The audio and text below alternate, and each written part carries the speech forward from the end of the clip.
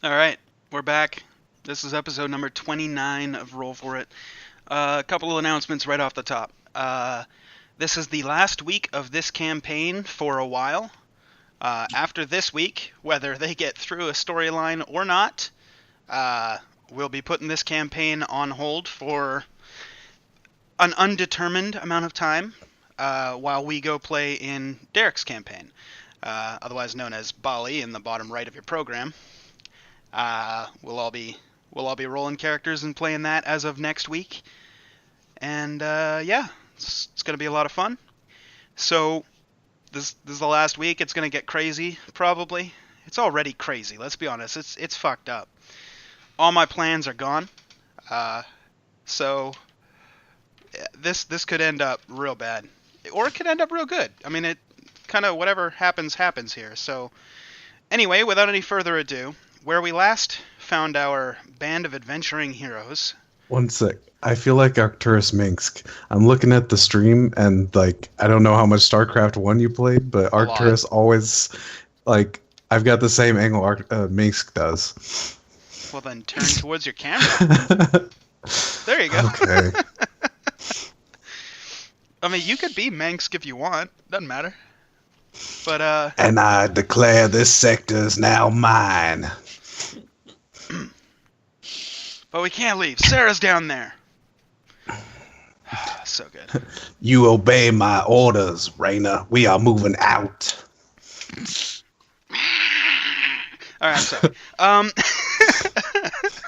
That was my Zergling. It's real bad. That was good. Oh no, it was bad. Come on, don't. That was bad.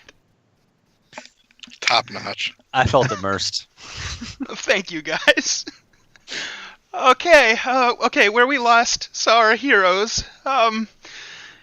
So they traveled to High Peak Big Rock towards the dwarves.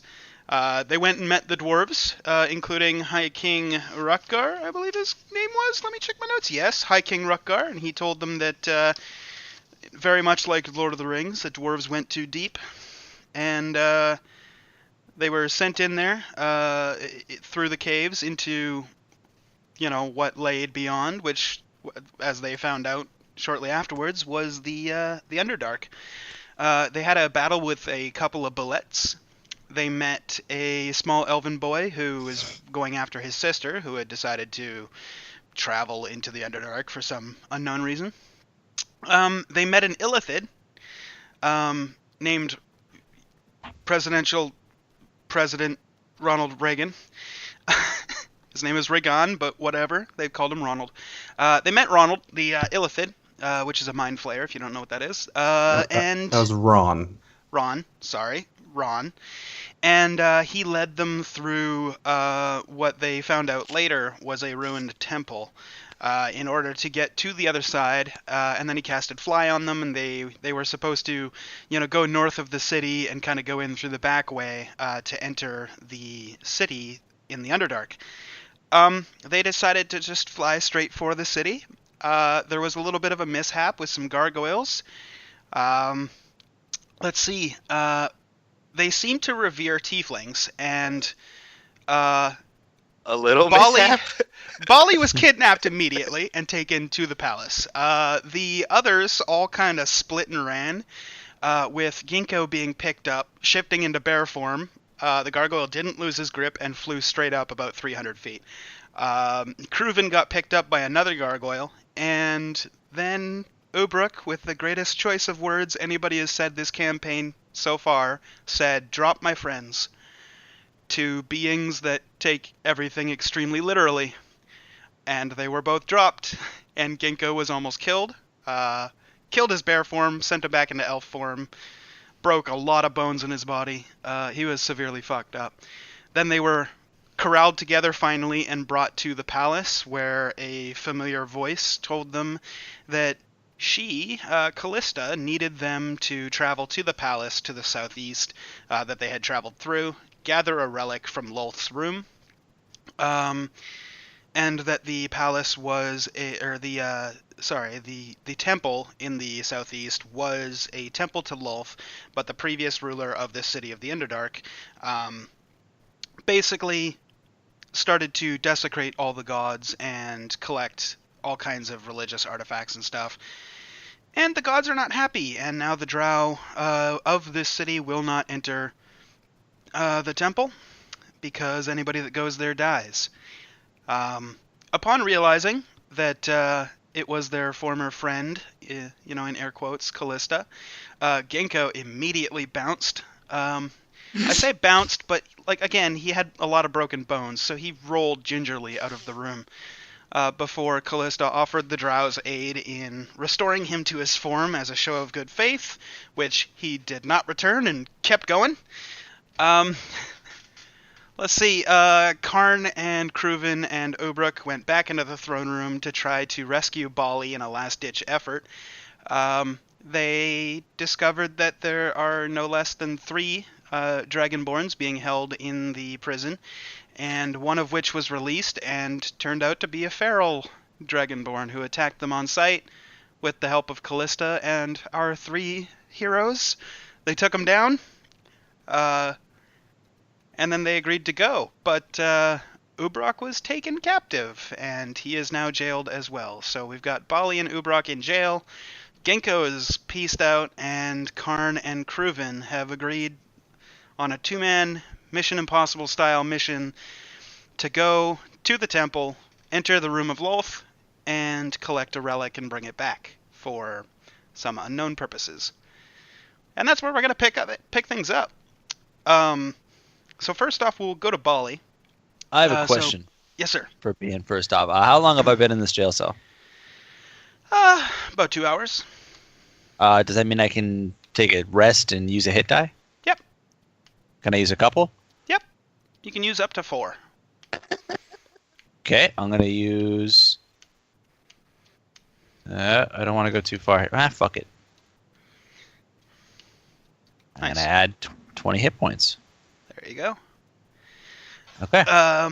So what you saw when you got picked up by the gargoyle, you got dropped off at the palace. A tiefling woman stood before you and demanded to know where you were from. You didn't answer, kept your tongue, and you were like, whatever. So she threw you in the jails, and about an hour later, you were wheeled out in your cell, this 6-foot by 6-foot cell, and you were wheeled out into the middle of the hall where your friends all stood there, as Callista, the tiefling overlord of your jail, as it were, leader of this city, was talking to your party mates about how she just wanted them to go to the temple, collect one object of anything, doesn't matter as long as it's from Lolth's room, and come back and you would be released. And then after Ginkgo rolled away and the other 3 agreed, you were rolled back in towards the jail. I gave her the finger too as I was rolling. Yep, you did give it. You did see him giving the finger.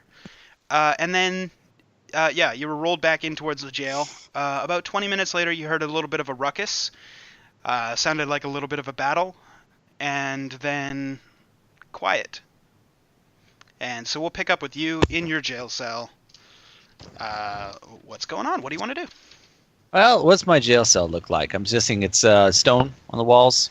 It's actually a kind of like a weird kind of iron, maybe steel floor, about 2 or 3 inches thick, on top of like little rolly wheels that they can move the cell around. And the bars are, a good 2 inches thick, separated by about 2-3 inches, and constantly all the way around, 6 feet by 6 feet by 6 feet. Okay, cool. And there's a door with a locking mechanism. Yep. Cool. I'm gonna take a look at that. Sure. Roll It's like a little keyhole in it. Oh, do I? Okay, I can investigate. Tell me what the fuck's up.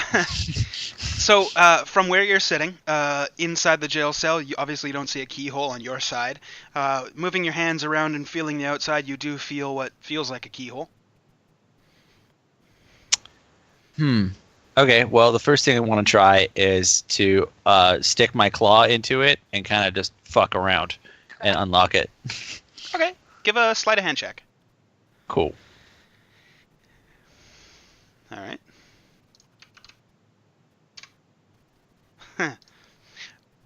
As you're kind of moving your finger around, you hear click, click, click, and then your finger just hurts as part of your nail is broken off in the lock, and you hear, I figured you'd try that, coming Who's from saying? the corner of the room. Okay, who's in the corner of the room? Dark room, and you no longer have dark vision. You don't know. I should mention your dark vision wore off just as you guys entered the city.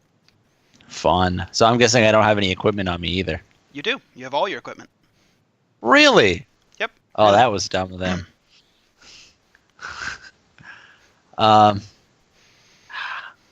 Okay. I'm just gonna light a torch then. Okay. You light a torch, and you see a dark-skinned drow leaning against the wall in the corner of the room by the door, probably about 15 feet away. He's just leaning against the wall, looking at you. Okay. If I try to break out of here, are you going to try to stop me? No, I'll just go get her. Her? The one you met earlier. The master. Okay. How fast can you run? Pretty fast. How fast can you run when you can't see? How would you blind me? I would take away your face. Bold words from a man behind the bars. I'm gonna stick my face through and take a deep breath. All right. He's going to have an advantage because he is 15 feet away. Oh, that's 30 feet. Never mind. He doesn't get advantage. He just gets to save. And yeah, he's only going to take saves. 1 point Oh, of wait. damage. I have to re-roll that. I'm leveled up now, and my thing does more damage. Okay. It's the same. It's the same DC though. It's just Okay, 3d6 what's the damage? acid instead. It's 3d6, so 7 instead. So he takes. Okay, so 4. Yeah. Yeah, 4. So I spray a bunch of acid on him for being snippy with me. Okay. Yeah, so the acid kind of lands on him and spatters him along the face, the chest area, and he just kind of takes his hand and kind of... Wow. Is that all you got? I'm gonna say no and drop kick the locking mechanism. Okay. Give a strength check. Fuck. It doesn't budge. Huh. Foot hurts a little. I'm gonna cook up a plan. You should switch to somebody else. Okay. Before I do, you notice that the guard just kind of leans over slightly towards the door, knocks on it 3 times, and then goes back to casually looking at you.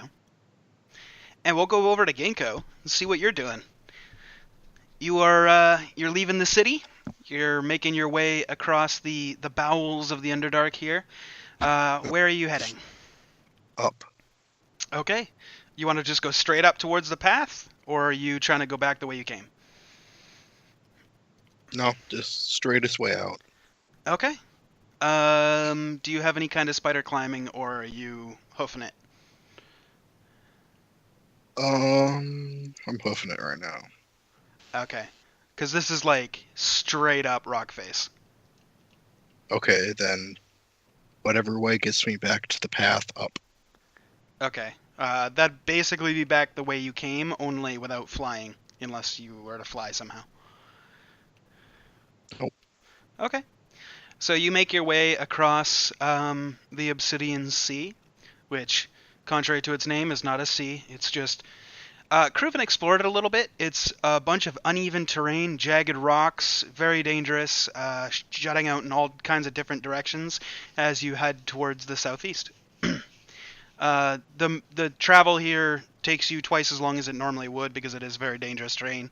Unless you wanted to kind of like speed up and kind of risk your feet but I don't get slowed by difficult terrain. okay. Well then, you're toughing it along, kicking ass. The entire travel across the Obsidian Sea towards the temple takes you about 4 hours. So in that meantime, we'll switch back to the other two. Other two, Karn and Kruven. You guys just left the hall. You're now at the central kind of area of the palace within the Drow City in the Underdark. What do you guys want to do? I'm gonna look at Kruven and say, "Karn tired." I was actually going to say the same thing. I would actually like to take a rest as well. Where? We're just like leaning against the wall, right? Currently, you're in, like, if there would be a front foyer, you're in that.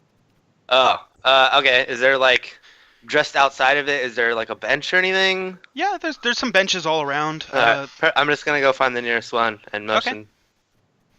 All right, Karn, you're going with him? Yep. You guys are doing a long rest or a short rest? Long rest. Long Okay. rest. 8 That's fine. hours. All right. I'll go 4. Okay. me? So, is there anything you want to do in the next 4 hours, Bali? 4 hours? Yep. I can escape in 4 hours. That's what I was You can- thinking.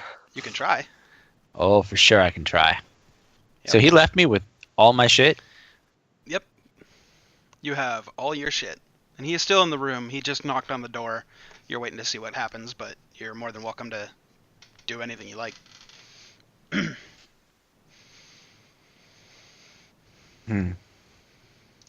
Okay, and I'm Oh. guessing he's just looking right at me. Yep. Okay. Just Sorry, watching. what were you gonna say, Ginkgo?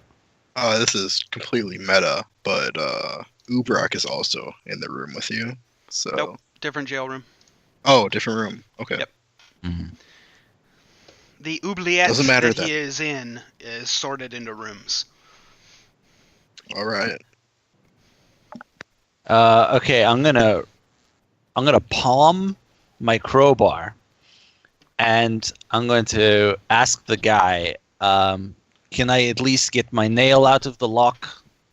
I'm going to glue it back on. Okay, give a sleight of hand check and a persuasion check. Actually, it'd be deception. He doesn't buy anything. He looks at you and he goes, "No, especially not with your arm on that tool." He I'm gonna did get roll mad again. 21 earlier for perception. I'm sorry. Yeah.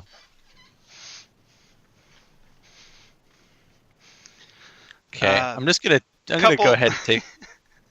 Couple more moments pass. You hear a from outside the room, and the door swings open with a, and you see a very large gargoyle, and he kind of leans forward and he's, "What?"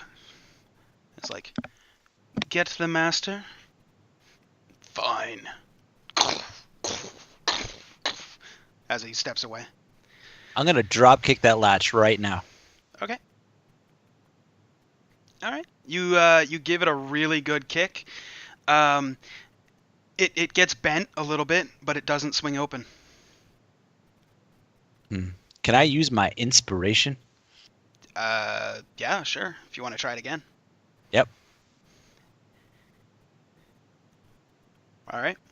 You give it another really good kick. It bends even more. It's probably on its, like, maybe another really good kick will do the trick, but unfortunately this is a tough lock. Made worse by the fact that your nail is in it. 2 kicks? Ugh. The DC climbs for every fail that you have. Really? Yeah. This jail's not a random, podunk town kind of jail. Okay, I'm gonna size up this drow. What's on him, equipment wise? Looks like he's wearing some cloth robes. Doesn't look to be any kind of armor. You can make out the faint kind of, when somebody's got something underneath their shirt, you can kind of just tell. You can see like an outline of something there. Kind of like the same thing, but around his belt area. But you don't see like a scabbard or anything. It seems to be small. Maybe a knife, maybe a wand. And he doesn't seem disturbed at all by your act of trying to kick the doors open or whatever. Honestly, looks kind of bored a little bit. And after 2 more attempts at kicking open the door, he just kind of looks at you and he's like, you know, you're going to have some explaining to do when the mistress gets here. Sorry, the master. I'll have to do all of the explaining because you won't have a face. Oh, mad. I'm going to try to kick that door again. Okay, go ahead. Another really good kick dislodges the door. You've got Really? about 3 inches there of kind of opening. It seems to be stuck somehow, but not by the locking mechanism, not by the mechanism anymore. So it's just wedged, or Yeah, it's magic. Something to do with it is not letting go yet, despite it not being clearly connected. Can I use my perception to figure it out? Take a step Sure. back, Sure. take a breath. Yeah, okay. You kind of pick up... Actually, give me an Arcana roll. I'll take into account your 20 on perception. Okay. You don't have any first-hand knowledge of what this is, but you've been around enough people that use magic to know that there's something magical going on. I suspect fuckery. Yeah. Yeah. Uh, The guard, casual as ever, still leaning against the wall, is like, "Are you done now?" Are you going to bring me food? What would you like? Food. Something What kind of alive? food? Okay. Hold on. He turns around and Something leaves that the room. skitters, nothing that crawls. He left the room before you said that. Do you want to do anything in the 10 minutes that happened that goes by? Yeah, I do. All right. I'm going to use my second nail down to pick that lock. All right. Roll sleight of It's hand. all sorts of fucked up. Ah, You've got 2 nails now stuck in the locking mechanism as you go and kind of snap off your second nail. You could feel the first one jostling all around on the inside of the lock with your nail, and you're like, oh, maybe that's the locking mechanism. Ow! That wasn't the locking mechanism. okay, I'm going to take out my flying magic carpet and get it to ram itself as hard as it can against the ceiling. Can I lift my cage up? Interesting. You have your carpet, and you tell it like up a couple of times, and it just against the ceiling of the cage. Nothing? Nothing. Okay, I want him to go to the corner of the room above exactly where that drow sits, tuck itself up into the corner, and just sit flush against the top. Okay. And don't move. Sure. So you see the carpet kind of weave itself in between the bars. It floats over and rolls itself up right against the door. And just as it gets right up above the door, it just drops and lands on the ground. I whistle for it to get up. No movement. I suspect more fuckery. Okay, I'm kicking the door again. Okay. I'm losing my strength. Yeah, it's not going well for you. So, after a short amount of time, about 10 minutes passes, the drow re-enters the room with a live cat and kind of tosses it into your cell. He goes, "There, eat." Is this what you eat? No. How It's do I what the know other this one doesn't ate. have some... Oh, Dragonborn? Whatever you call yourselves. Whatever you call yourselves. Korn speaks out in his dreams. Alligator. Miles away, you feel irritation. Your alligator senses are tingling. Somebody just What is used it? your race against you. Sorry. what is it that you are wanting from me? Simply to stay here. till the mistress releases us. Or releases you, rather. But I don't want that. I'm not trespassing, and you haven't charged me with anything. So if this isn't a legal thing, then I'm okay to kill you, right? You could try. I give that permission? Yeah? It's not exactly a legal kind of thing. No, not the legal thing. You say I can try to kill you, yeah? Come here. You're more than welcome to try. Come here. Come closer. He takes a step into the room, stepping on your rug, notices the change in terrain, looks down. Wasn't that in your pack? I threw it at the door. I was trying to get your attention. I said nothing that crawls.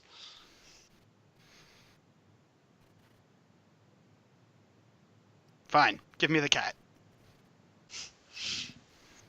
No, it's my cat now. Fine. Closes the door with himself still in the room. Goes back to leaning. Good. About 5 or 6... No. You don't sit. Come back over here.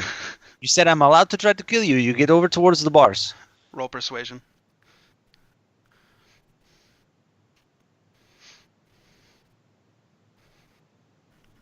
He goes, fine.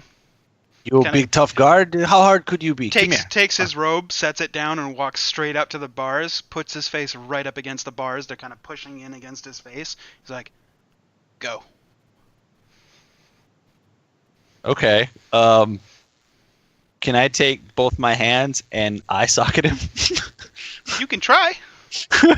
Make an unarmed strike. Is that just a strength check?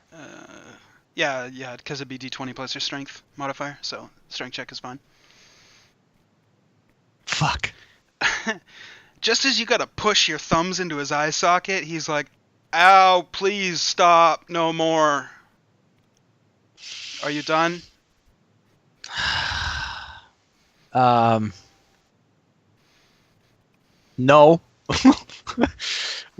I feel so underwhelmed here. Does he still have stuff on him? Like, does he have anything in his hands or anything? Roll perception.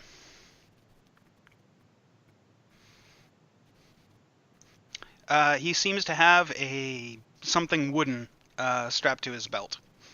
Aside from that, just wearing kind of leather, kind of full armor getup. Because he took his robe off. Okay. You're psyching me out. There's too much pressure. Close your eyes. He takes a step back and he goes, "You had your fun." I'm gonna draw my longsword and try to put it through his face. I'm also gonna roll a superiority die for precision attack. Okay. How do I roll superiority die? It's 1d8. Yeah. Just roll initiative real quick, because you're contesting his action. He gets to go first, so he's basically jumping back away from the cage and leaning back up against the wall. Damn it. He's about 15 feet away now. That doesn't do anything for me. Yeah. You can have your superiority die back.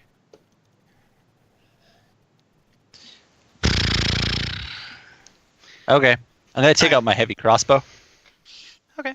So as you do that, the door opens up and you see a tiefling woman step through the door. And she goes, "Which one are you? What's your name?" Bali. Bali. King Bali.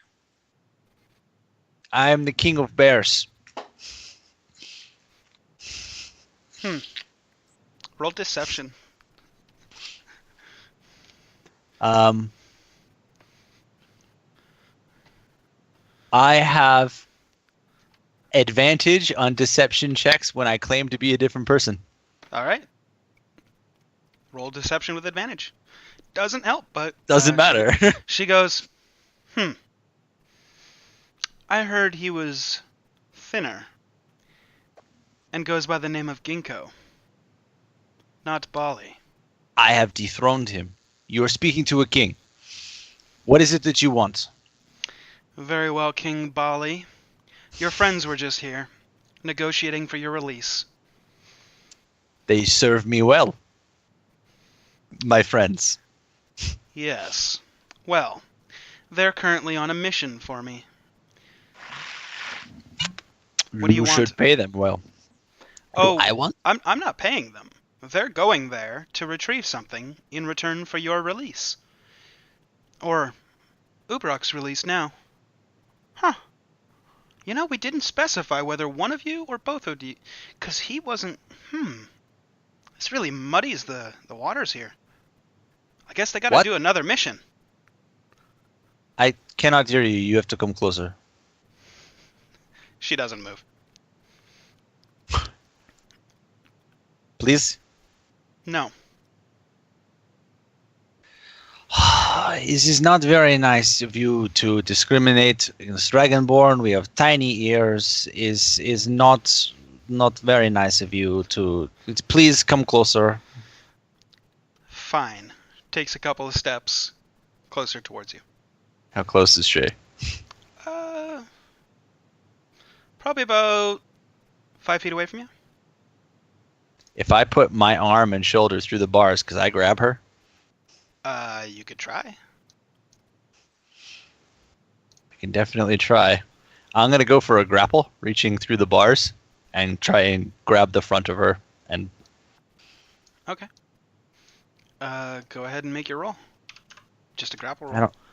It's just a strength thing. Yeah, it's just a strength as well. Okay. So you reach out and you just... and you kind of grab her by the arms. Or were you specifying how?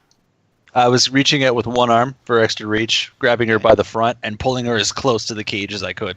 Okay, so you grabbed her by the scruff of her robe and pulled her forward, and she's kind of pinned against the wall of the cage, and she's like... Well, now... One sec, I have to check the scaling of something. Okay, as her reaction, she points at you with her other arm, and she's going to cast a 5th level Hellish Rebuke. So it's 5d10. You take 14 points of fire damage if you do not make the dex save. So roll a dex save. I do not make the dex You save. do not make her dex save. Yeah, so you take 14 points of fire damage. Okay. I'm not letting go, though. Okay, that's fine. She kind of looks at you dead in the eyes and is like, "Why is everybody so confrontational? You know, I leave the Put group. me in jail. You entered my city without provocation, without I will notice?" enter you without provocation. She kind of laughs and looks at you, just like, "Honey, I don't think you could. Anyways, you entered my city without any provocation, without any warning, without any negotiation, just walking in like you own the place. Of course we're gonna pick you up. Do you let strangers just walk into Witch Head and do whatever you want?" What is a witch head? Yeah, you probably wouldn't know. We had a city, well, more of a town. It's pretty cool. Shh, shh, shh, shh. Look. See? What are you showing her? My last fuck. It's all yours. Take it. So I may go. I was about to say the same to you. That's cute. So, No resolution? No letting Mis- me out? Mr. King of Bears, you want out. I have no need for you here. I have need of something in the temple. Your friends are going to get it. So you'll just send me along with them then? I have need of one of you. I currently have 2 of you. What if I let you go? You go help your friends, bring this thing back, you collect your weird-looking wizard, And off he goes. You all ride off into the sunset together. Fine. Deal. I let her go. Fine. She kind of shakes off her robes a little bit. I believe we have a deal. She goes and grabs your hand with her hand. Give me a Constitution save. Give her a dex check. That was acid. That's fine. How many times a day can you use your acid? All I need is a short rest. You just used it once, though. You did a short rest, and then we paused. The guy left. Guy came back. I was just sitting there. Okay. 20 And what do I need to Constitution save.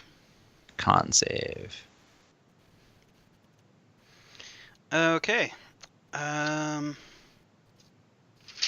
Okay. Interesting. You feel your hand get very warm. The rest of your body goes cold. And she looks at you, still grasping your hand, and goes, "Acid. Funny trick. Mine's better." And releases your hand. I mock her brushing herself off. Okay. She walks over and runs her hand along the open kind of bit of the cage, and it kind of swings open. You're free. And Bali, King of Bears, don't harm anybody on the way out.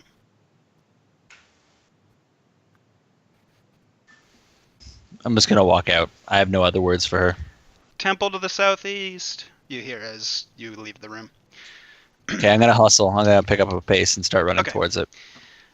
So you exit the cell that you were in. There's 3 more on either side as you retrace your steps while you were being carted out. You find your way into the main kind of hall Wait. area. Did I recognize anybody in the cells? You can't see into them. They're all closed doors. Oh, The cells that sucks. are inside the room, very similar to how your room was. There's just 6 other doors. So as you're tracing your way out from when you were carted out in your cell, you make your way to the Grand Hall area. You see a gargoyle up by the throne and another one over by the door to your left. You take a left and walk right outside the main door. You go about 60 feet and then roll perception. Yeah, it's a lot of drow around here, and your friend's probably southeast where she told you. Okay, I start hoofing it southeast. Okay. And we'll go back over to Ginkgo. Ginkgo, what's going on, man? I'm walking up a hill. If I'm there yet. You're still traveling across the Obsidian Sea. Well, if I'm still traveling, I'm going to start drinking. Okay, so you're drinking and traveling. Okay, give me a con save. We'll say that you've been drinking a little while here, obviously. All right, you're starting to feel pretty tipsy, borderline drunk. You're in that happy state. All right. Still heading southeast. We'll go back over to Karn and Kruven. You're just about rounding your 4 hours here, Kruven. Give me a perception check.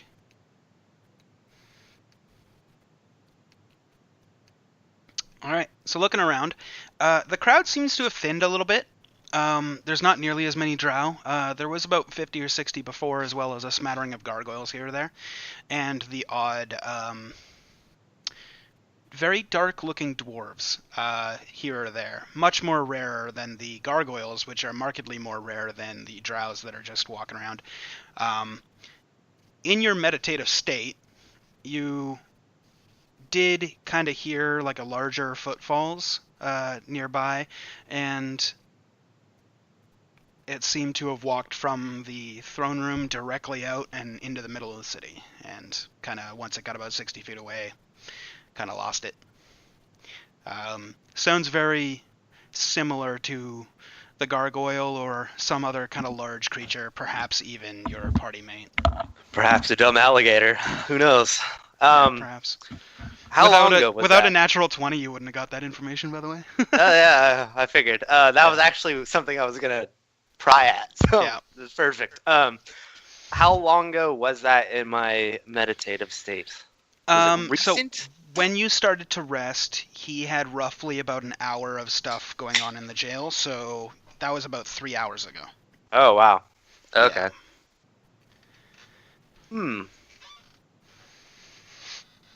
Okay.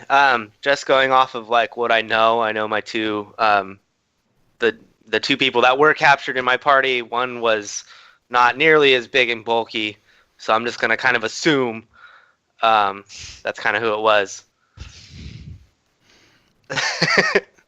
So I'm gonna kind of just start. I'm gonna look over at Karn, and he's still sleeping. Alligators Right? have feelings too, man. Alligators Sorry. have feelings. They have one feeling. Yeah. And they ate it, okay? Yeah. So I love Karn Karn's still sleeping. fast That's the asleep. best. Look at him sleeping. Oh, it's great. I fucking love it. Oh.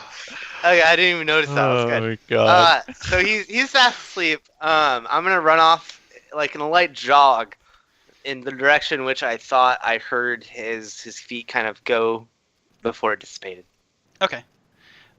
So you're gonna travel roughly southeast. You were only able to like listen to him in your meditative stance. You still heard things around you until you get a certain distance away. So you travel about 60, 70 feet So away. right about there. So that's where I kind of Yeah. heard it Yep. dissipate. I'm just gonna Dolly. Just kind of yell out. Can I hear him? It's been 3 hours since you walked by. You are gone. So I know how long Karn roughly will sleep for, so I don't want to go out for too long, but I just kind of want to look around for him. So I don't know if you Okay. want to hop back, but Okay.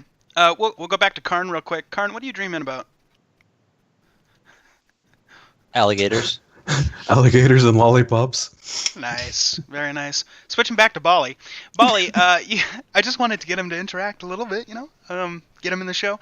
Bali, you're traveling southeast throughout the city, which normally you wouldn't really know too much about this city, but you did get a bird's eye view when you first came in, as you were approaching, and then during your subsequent abduction, you were traveling at Do I about s- 200 feet above, so you have a pretty good recall of the layout of the city. Did my carpet come back to life? Did you pick it up as you were leaving? Well, I would have. I didn't state that, but Fair enough. It has not yet. okay, I'm gonna shake it while I'm walking. Okay. Some dust and stuff comes off of it, but Okay, cool. I'm gonna do a big like whoosh kind of thing you do with your bed sheets, except like this. wow, all the dust that has been collecting in it, it's gone. It's beautiful. No waking up. Nope. I'm gonna roll it back up, put it over my shoulders again. Okay. You do that. Roughly takes you maybe 2 hours to walk across the entire city. You get to the southern eastmost portion of the city where you guys had entered. To your left, you see a very large black kind of obsidian spire. Couple of gargoyles at the very top, kind of just chilling, looking out over the city. Interesting to note, when you got about maybe 200 feet away from the palace, pretty much the population completely thinned out and stopped. Doesn't seem to be anybody out here except for just the gargoyles. Every now and then, you swear you saw something move out of the corner of your eye way off in the distance, but could just be your eyes playing tricks on you. Yeah, you make your way to the entrance of the town, or the exit, depending on which way you're traveling. For you, exit. Facing southeast. You want to keep going? What's in front of me? It looks to be rough terrain, kind of black, obsidian colored, rocky terrain, spikes jutting out in all kinds of different directions. Roll history for me real quick. And Ginkgo, you too. Forgot to do this for you. Okay, it doesn't impact either of you. Okay, so yeah, it's basically you guys saw this as you flew in. Very jagged rocks in all kinds of different directions. Very difficult terrain. You got to be careful with your step. And yeah, it's kind of rocky, hazardous terrain. Okay, I'm gonna use up another one of my torches. Okay. And start walking through. Okay. You start to walk through then. Keeping my sword out though. Okay. Is there anything specific you or Ginkgo would like to do on your travel through the Obsidian Sea as you get closer towards the temple, or any kind of things you want to do in the meantime? Whether it be drinking, looking out for stuff, or just walking. I'm gonna look for tracks, see if I can't pick up the trail of where I thought my allies were going. Okay. Yeah, I'm just gonna keep drinking. I want to get on dwarven level. Okay. Give another con save. Okay. You're still feeling pretty drunk. That kind of happy, tipsy state that you were in, you're a little bit past that. You're not like smashed yet, but you're like, woof. As a result, your pace is going to slow down a little bit, so you don't trip and fall on your face, unless you want to keep your pace, but it's going to be a rocky journey. I mean, I have land stride, so I think I'm just gonna risk it. I'm gonna book it. Okay. So you're still kicking it. Okay, so we'll go back to Karn and Kruven. It has now been a full 8 hours since you decided to sleep on the park bench. Kruven, you kind of make your way back to Karn as he's sitting there, sleeping there, thumb in the mouth, kind of. Just as you get there, you can see him kind of shaking the sleep out of his eyes, and he's coming to. I'm gonna run up to him and grab him. Karn, Oh, we have to go. We have to save our friends. yes. Let's go. I'm gonna, as I walk, start carving a B into the gravel and an arrow the direction I'm walking. Okay. Cool. Just every once in a while. All right. It's Karn and Kruven. Carter We're, say friends. Yeah. I'd like to kind of like hustle double time to the temple area. Okay. It's difficult terrain. You guys still hustling? Well, we can hustle through the city to the difficult terrain, correct? Right? Yeah. Let's So do that. it takes you roughly an hour to traverse the city, whereas it took Bali 2. You're hustling. You manage to book it all the way to the southeast exit, and you see the spire, you see the gargoyles, no people anywhere, no drow anywhere. You're like, oh, huh. And you exit the city heading southeast. Anything you guys would like to do on your travels? Are we just getting to the difficult terrain? Yeah, you're just leaving the city, so you're about to enter the difficult terrain. Okay. From here, I'm just gonna kind of look for anything that looks peculiar. Since we're like kind of leaving the city, I don't really want to walk into a trap. And if there's a temple out there, like, can I see it out in the distance? You can see kind of in the rocks, the cliff. You can kind of see this like faint line that seems to trace along the outside of the inside of the mountain. And you can see at one point it sort of like disappears into the side of the mountain, and then on the other side you can see like what seems to be pillars and stuff and a small plateau, and then seems to be like a bunch of rocks and stuff. Previous rocks. Okay. See, I can see some like Yeah. not man-made, but for lack of a better word, Right. made structure. Yeah, but it's very, very off in the distance. Okay, cool. Just gonna kind of start heading that way, but I want to kind of like look around on the ground too, since it's so treacherous. Karn and Kruven, what's your passive perceptions? 14. 14. Okay, and Bali, can you give me... Let's do 3 Let's do one per hour. Does that sound good to you? For the symbols on the ground? Every What am I? hour for when you're carving the bee with the arrow? Oh, no, I'd be doing it every like 20 minutes or so. Plus, I'm not hiding my footprints. Well, It's just a really casual. It's like.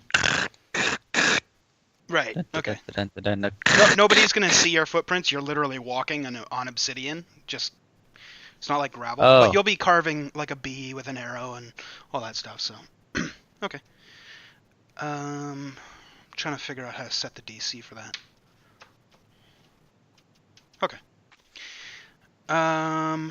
Okay, so over the next 4 hours, Karn and Kruven, you guys are going to be traveling towards the southeast. We'll pick up with Ginkgo first, because he's the furthest ahead. Ginkgo, you make it to the very bottom of the rock slide. At the edge of where you're standing, there seems to be like this very, very dangerous-looking rock slide of obsidian and stone, some dirt here or there.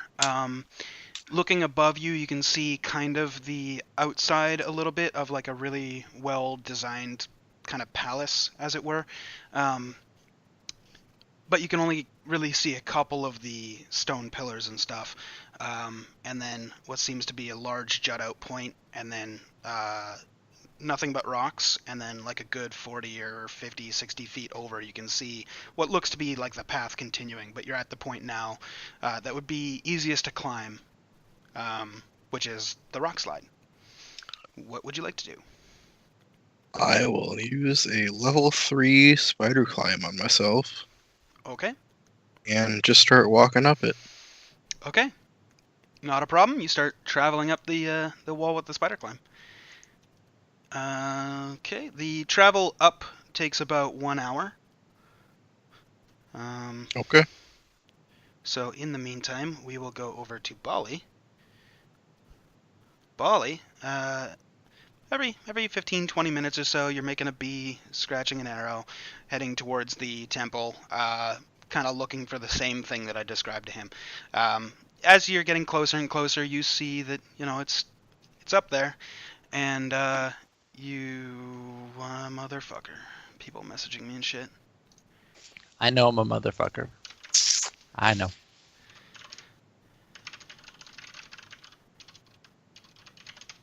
Okay, sorry. Such typing. Yeah, you'd think Monday people would know. I'm not going to answer them and stuff, but anyway. Okay, so you're traveling. You finally get across the Obsidian Sea. No, wait. We're only going to go 1 hour because things are happening. So you're still traveling. You're making the little notes or whatever. You can see the temple off in the distance. Make a perception check. With disadvantage. No, you wouldn't even see it. You don't have dark vision. You're just holding a torch. Never mind. Don't do anything. You're walking. Kruven and Karn, you guys are just traveling through the Obsidian Sea. With your passive perception, you said you guys are looking out for traps and stuff. Can I get you guys to roll perception? Because your passive perception doesn't exactly see small little imperfections in rocks. Okay, Kruven. A couple of times you pick up what looks to be kind of like a B, but written in like a shaky hand with an arrow pointing towards the temple. What was the first one I saw? Like a definite B? Yeah. The first one, it looked like he kind of took care with it, and then like the next. So when I saw the first one, updating you. That Karn, B. That must be for Bali. He went that way. The arrow. Bee sting. I must have heard him. Be bad. Bee sting. Jesus. Come, Karn. Let's go. I'm just gonna yeah, we're just gonna keep going. Why is a cleric scared of a bee sting? I'm sorry. Okay. Going back over to Ginkgo. Ginkgo, you make the trek up the top, and you see the platform in front of you. Very large spires, probably about 80 feet tall, that lead into this temple. Through into the kind of like back entrance of where you were led through before. So I should go back through here to go up more. Yes, Is what you're saying? basic retracing the way that you had came. Yes. All right, I'll go in then. Okay. Roll history with disadvantage because you're drunk. Yeah. Okay. You're fairly confident you know where you're going. You're like, I got this. I got this. You say to nobody in particular, just to yourself. You make your way into the temple. You see, retracing. You take a left, a right, straight through a hallway, and you come open into this kind of like stairwell that seems to go up what seems like forever. You start traversing it. Only about 10 minutes later, you get to the top where you see a closed door. Gonna try to open said door. Okay, it's not locked. You open the door. You step through. You are in a kind of like an open foyer area. There's what looks like a couple of doors on either sides of this kind of very large foyer, kind of hallway kind of deal. There's one directly across from you as you entered. The foyer seems to continue, or the hallway, a very large hallway. It's like 80 feet wide. That's why I call it a foyer, kind of. It's not really. As you take a right, it follows on for a little bit, and then it opens up. There's a door directly across from you. There's one a little bit further down on the left. There's one further down on the right, and the place continues along. Are you still retracing your route that you took when you came through here with Ron? Yeah, Ron knew what he was talking about. Okay. So you walk a little bit, and then you see a door next to a sigil carved in stone that you remember entering when you guys had come through. The sigil on the door looks like a flame. I don't like flames. Let's go find another door. Okay. The path continues on for a little bit, and you see another door on your left and another door on your right. Which one would you like to look at? Left. Okay, so the one on the left, there's a kind of plaque, kind of sigil next to the door. It's a pair of white hands bound with a red cord. Sure. Let's Okay. open that one. You open that door, and inside is a dark room. You have dark vision, yeah? Yep. Okay. Dark room, doesn't seem to be anything really noteworthy inside, outside of inside, except for there's a couple of I guess you could call them pews or podiums here or there, with small stacks of papers on top of them. There's a couple desks on the outsides of the room, as well as a couple of paintings hanging on the wall here or there, each depicting some kind of like heroic acts, typically involving like sacrificing oneself. So there's one of like some witch is being burned or whatever, and it looks like somebody's going to push the witch out of the way, and yeah. Yeah. No, I'm gonna shut the door. Okay. Give a Constitution save. Okay, you throw up. Right down, total chestal area, and you go to turn around, and there's no door. What door? I was in a hallway. You step through to look at the room, right? Oh. No, I just looked in the room. Okay, well, we'll retcon that. You're standing at the door, you throw up on yourself, take a step back, close the door. Way to completely fuck over one of my traps without you being super specific. Ha. This I is why said I I'd- say be specific, boys. I was gonna be specific in saying I would walk in the room, but I didn't say that, so Fair enough. I thought I would. Fair enough. All right, one more door directly behind you. And Try then that one. hallway. I will just open the door and stand in the hallway. Okay. There's a sigil on the door.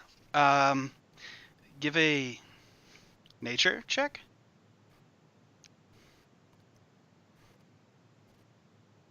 It's definitely a bull. Or is it definitely a man? You're not sure. Half and half. It's a bull Shut man. the door.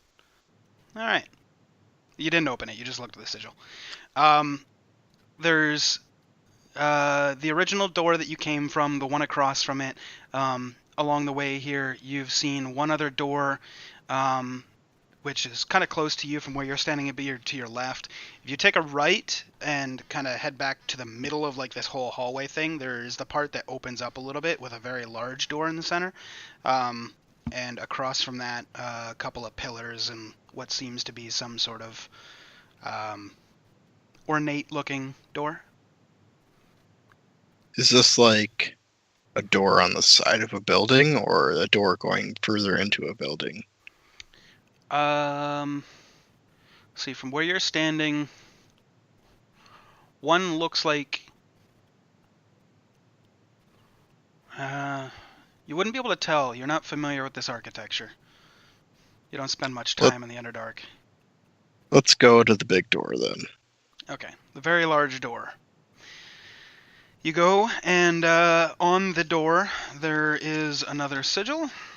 This one kind of takes up the whole huge door, and it's two like double doors that are kind of open like that. And in this center seems to be a very large oval with a bunch of lines sticking out from it. You would recognize this as a very large spider embroidered on the door. Let's open that up. Okay, you open up the door, and inside you just see a very large room, two doors on the opposite side of the room, and there's a couple of wall sconces. None of them are lit. Let's go to the other door in the room. There's two of them on the opposite side, left or right. Go to the left. Okay. As you start walking through, give me a perception check. With disadvantage because you're drunk. Alright, 13. Yeah, you start making your way right through the center of the room. You get to the end, pick the door on the left, try to open it. Doesn't budge. You hear a click click as you try and wiggle the handle.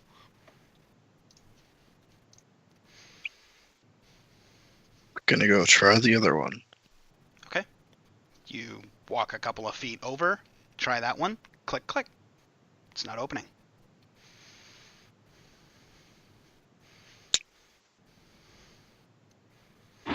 Let's see.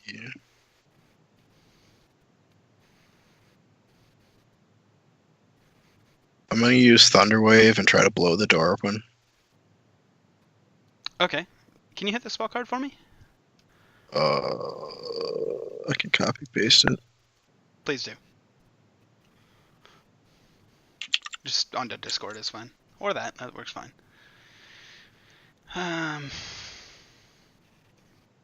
Interesting. Cool.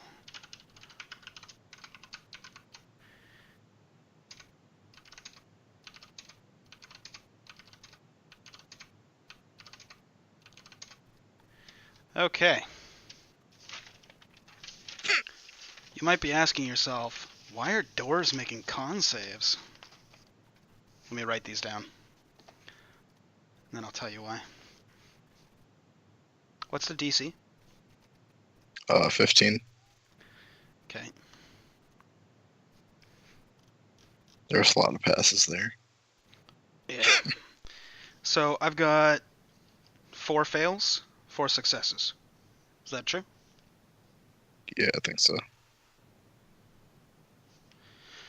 Alright, 2d8 thunder damage and it's pushed 10 feet away, and you rolled your damage as a 9. And success means Uh, The damage is taken as half and isn't pushed. Okay, so half of 9. Let's go with this. Okay, that's 9. That's that. That's 9. 9. 9. All right. Both doors, one to your left and the one directly in front of you, go and kind of splinter. awesome. From right behind you, you hear like a as a bunch of creatures get forced away from you. Would you like to turn around? Or No, just booking it I'm in the gonna room? go through the door. Okay. You step through the door into a room that has that has a bookcase in it. It also has a closet, like one of those like wooden ones that like open up and there's clothes and shit in there. There's a desk to the left where there's also remnants of a wooden door that seems to be blasted in.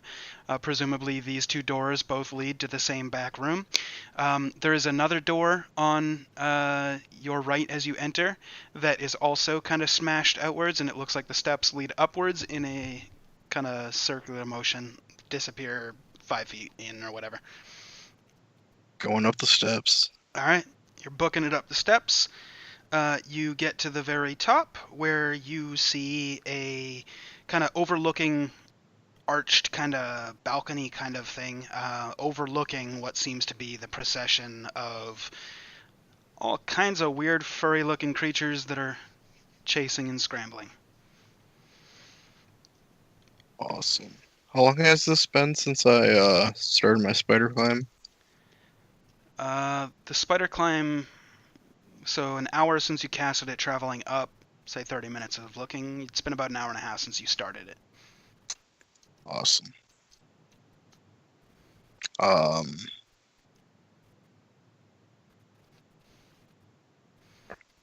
How far how far of a drop is this opposite balcony? Roll perception. You're on a balcony overlooking this like area that you just walked through. 26? Okay. It looks to be about 40 to 50 feet.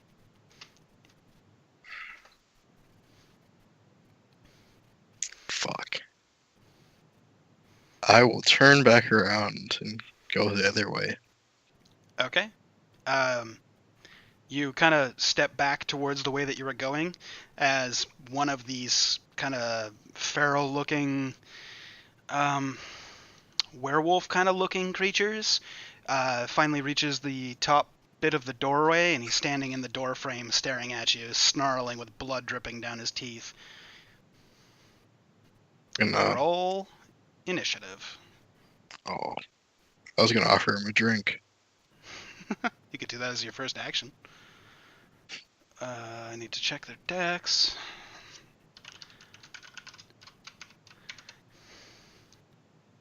I'm going to do one roll for all 8 of them, just because I don't want to roll initiative 8 times. Okay, you have a higher dex bonus, so you're going to get to go first.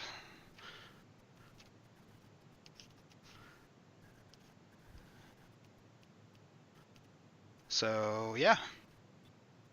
Alright. I'm gonna talk to said were creature. Like, Okay. hey there, buddy. Just trying to get up a mountain here. You want some of this fine dwarven ale? It's fucking crazy eyes and shit.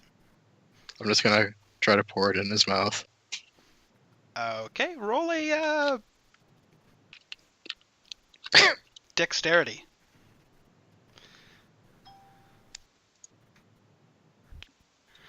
Okay, you upend the canteen or whatever, your flask, and just dump.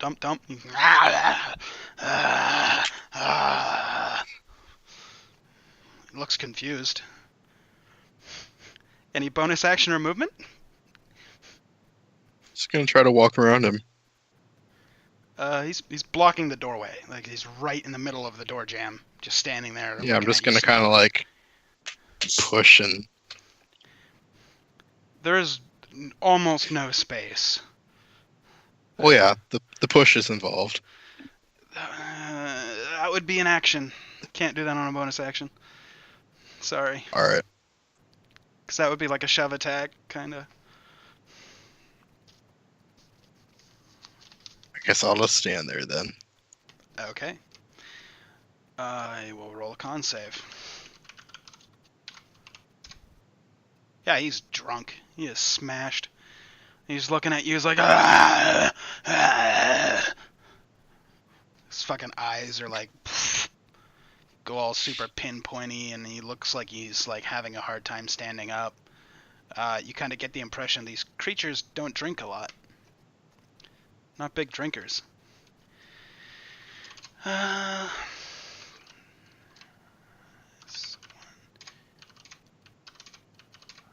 6, 7. Wow. You notice kind of the sound of like this snarling feral noise coming from behind as more and more of them are filling up behind this one that's standing in the doorway, and he's like standing his ground. Surprisingly, all of those rolls were terrible, and not a single one managed to push him out of the way, but they're all kind of snarling like, ah! And the drunk one in the front's like, ah! They all want drinks. We can do that. I don't know, but not a single one of them beat the DC to get past him. So they're all kind of bottlenecked there. I'm just gonna start serving as many as I can. Alright, so you're sitting there with your flask like, Yeah.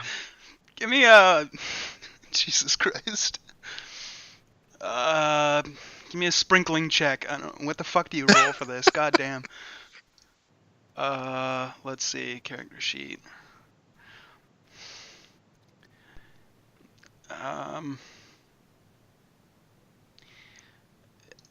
Give me a dexterity check again. It's the best thing I can do. Alright, you start taking your flask and just smattering it all over. Majority is getting on their faces, and like some of it's getting in their eyes, and you see one of them like wince away as the alcohol hits his eye and kind of stings a little bit, and he goes a little bit more feral, a little bit more crazed. A couple of them do get a little bit in the mouthful region, and I need to check something. It's a +3. So we'll say 3 of them managed to get it in the mouth. One of them kind of noticeably is like, and 2 of the other ones are just still feral as ever. And we will see any bonus action or movement. All right. No.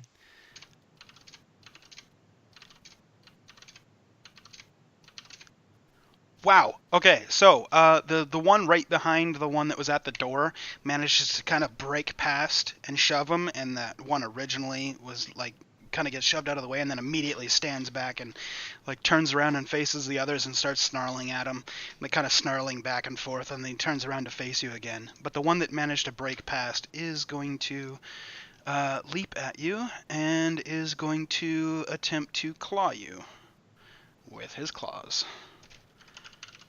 There is 2 of them, so 2 attacks against your AC. Okay, so both hit.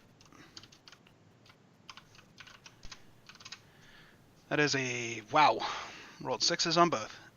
So 9 points of slashing from the first, and then whoosh, as the other one comes down and slashes you for another 9. Okay. The rest didn't manage to break past that first one, and he's kind of still holding strong, drunk in the doorway. There's enough to go around, guys. Just wait your turn. I'm gonna try to pour alcohol in their mouths. Okay, how much alcohol do you have? A pound. All of it. Or 5 pounds. Okay. Between your drinking to get here and the amount that you've already sloshed on them, I'm going to say you probably only have enough to go for one more of these kind of sloshy kind of everybody gets some Oprah kind of things that you got going on right here. You sure you want to use it now? I mean, yeah. I don't. Okay. I don't have. Roll a dex check then. All right. You get a good splosh on the one directly in front of you. You just kind of like reach up and just pour it, and then turn around and like and kind of splatter it out. We'll see who makes con saves.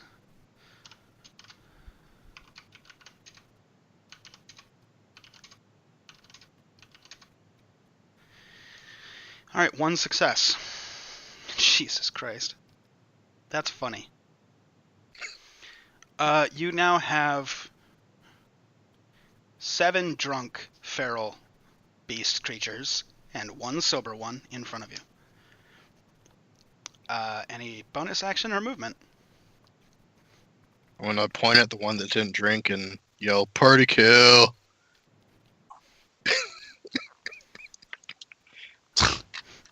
Okay. We'll see. The number 1 is puking. Number 2 is not, and he's going to try to attack you. He's the one that's directly in front of you. Or at least he's drunk, but he's yeah, he's going to attack you, but he's going to have disadvantage. So the first one is a 17, That hits. and the second claw is a 7. Misses. Okay, so the first claw, swipe, and wow, another 9 of slashing. Woo, I'm on roll tonight. Yep. Now we'll see what happens with the other 6. 3, 4, 5, 6. Okay, they're all kind of standing there in their stupor, still kind of funneled behind the one that's in the doorway that's still not moving, just puked on himself. Back to your turn. How far away is the second balcony? There's no second balcony. You are on I thought you said there was. No, you're on the balcony overlooking the like congregation area of this kind of temple. Like you are on the Okay. balcony. About 45, 50 feet above the ground. Where the ground area would be like where the congregation would sit in church. You're like on a Mhm. platform raised above that. And it's just a one platform at the front. You would be, if you've been in a church, you'd be like 50 feet above where the reverend would be standing. Seems to be Yeah. just this one kind of overlooking area. No side passages or anything that you can And see. these are like werewolves? Kind of similar to werewolves, yeah. Like, would they speak animal languages? You can certainly try. Yeah, I'm going to speak with animals and try to calm down the party here. Okay, what are you saying? It's like, hold on, guys. Getting you all drunk. We're all having a good time. So no need for this violence.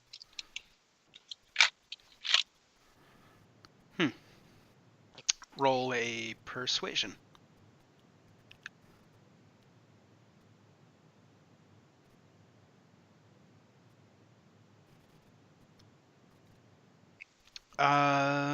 They don't seem to have any kind of reaction.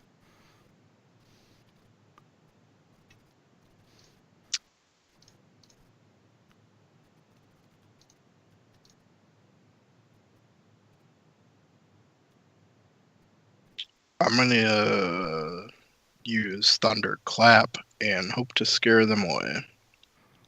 Okay, what's the spell card for that?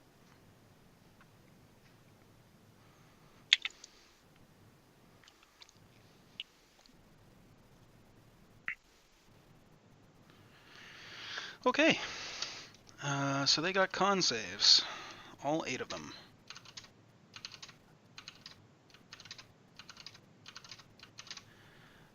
Okay, your DC. 15. So 1, 2, 3, 3 success. That's number 2, number 3, and number 4 succeed. 2 damage. Wow, is it half on a success or what? Yep. Oh no, it's not. It's nothing Oh. on a success. Nothing. Oh, All right, even 2 better. 2 for a failure and nothing on a success.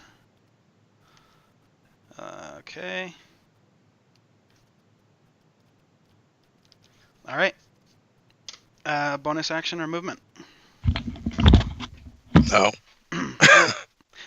Sorry, I can't like insert you guys Yeah. here. Like battles, every round is like 6 seconds, so it's like I wish I could be like, you guys come into the middle of this battle. Like I can't. Like it's literally been like 12 This seconds. is meta, but reading that card, did anybody hear that? That it says 100 feet away, and he is up top, echoing it down. He's inside the temple though. Couple closed doors. No, I'm on the balcony. He's on the balcony. Inside the temple. Oh, is it like a wall? He's inside. Okay, so I wasn't listening too much Yeah. in the beginning because Right. I'm not there. right. Okay, basically he entered the temple, and then he entered a room within the temple that is a very much like a church within a gigantic stronghold. Oh, I see what you're saying. He is on the Gotcha, balcony within Gotcha. the room. Gotcha. Makes sense now. I If you understand. guys were in the temple, you would have heard it, but Then- it's then- still then 100 yeah, yeah. feet. Yeah. Right. So, Right. Okay. all right. So yeah. Okay. Bonus action or movement. Okay. Also, make an intimidation check. Okay. That's not my strong suit. Yeah, you had specified that you're trying to scare them away, so I was like, I'll give them that. They are not intimidated. Con saves for number 1. He's not drunk and he's going to attack you.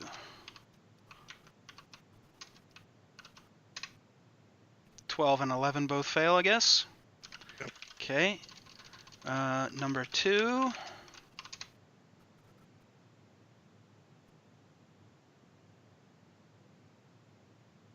I did that in reverse. Number 1, 8 would have failed the check. Sorry. So he doesn't even attack you.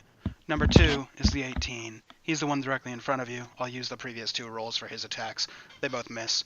The ones behind... There's 6. Sorry, that was 1, 2, 3, 4, 5, 6. 2 of them managed to sneak by the guy with the door. That'll be number 3 and number 4. So now you've got 3 on this platform with you. 1 is still standing in the door with 4 more behind it.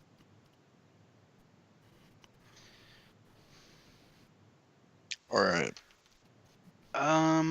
Number 3 is going to try to attack you. Both claws. Either one of those hit. 15 ties. Okay, that'll hit. 5 points of slashing from one of his claws. And then number 4 is going to attack you. Both of those will hit. For another 9 points of slashing combined. All right.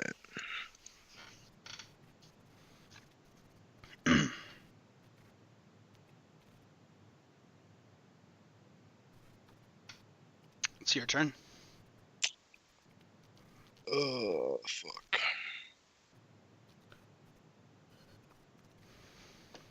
I'm going to use Cure Wounds on myself. Okay. You heal 14 points.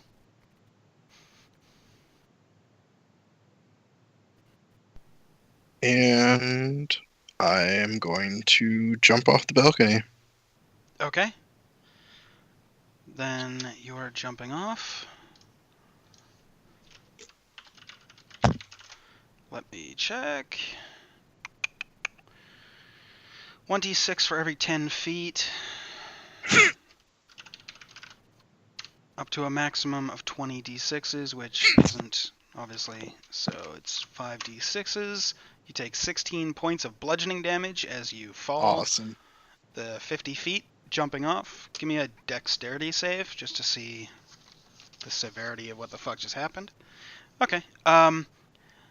You only just got healed a little bit ago. Your wounds are still kind of fresh. You hear a crack as you land coming from your left foot. You stuck the landing. It looked pretty cool if anybody was around to watch it, but it hurt like a son of a bitch and is going to limit your movement speed. Something is most certainly broken. Okay. You've got your movement, if you want to make any movement. I'm gonna move away from the werewolves. Okay. They're currently on the platform above. What are you trying to do? You're just trying to book it out of the room? Yeah, away from them. What's your movement speed? 30. Okay. You can get about halfway out the room. So you're about midway of the room. You can see the large doors that you had left open when you entered. Yeah. All right.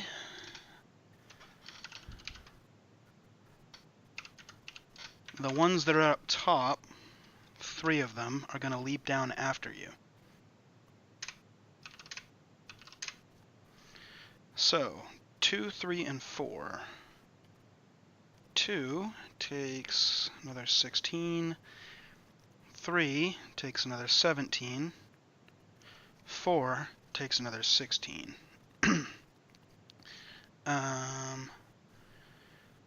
The 4 that were behind the drunk one holding the door, you can hear some noise coming from the back room. Maybe, it sounds like maybe they're scrambling all the way down. No idea of what's happening there. But the ones that jump down after you, we will see. That's not a saving throw. That is a saving throw. 2, 3.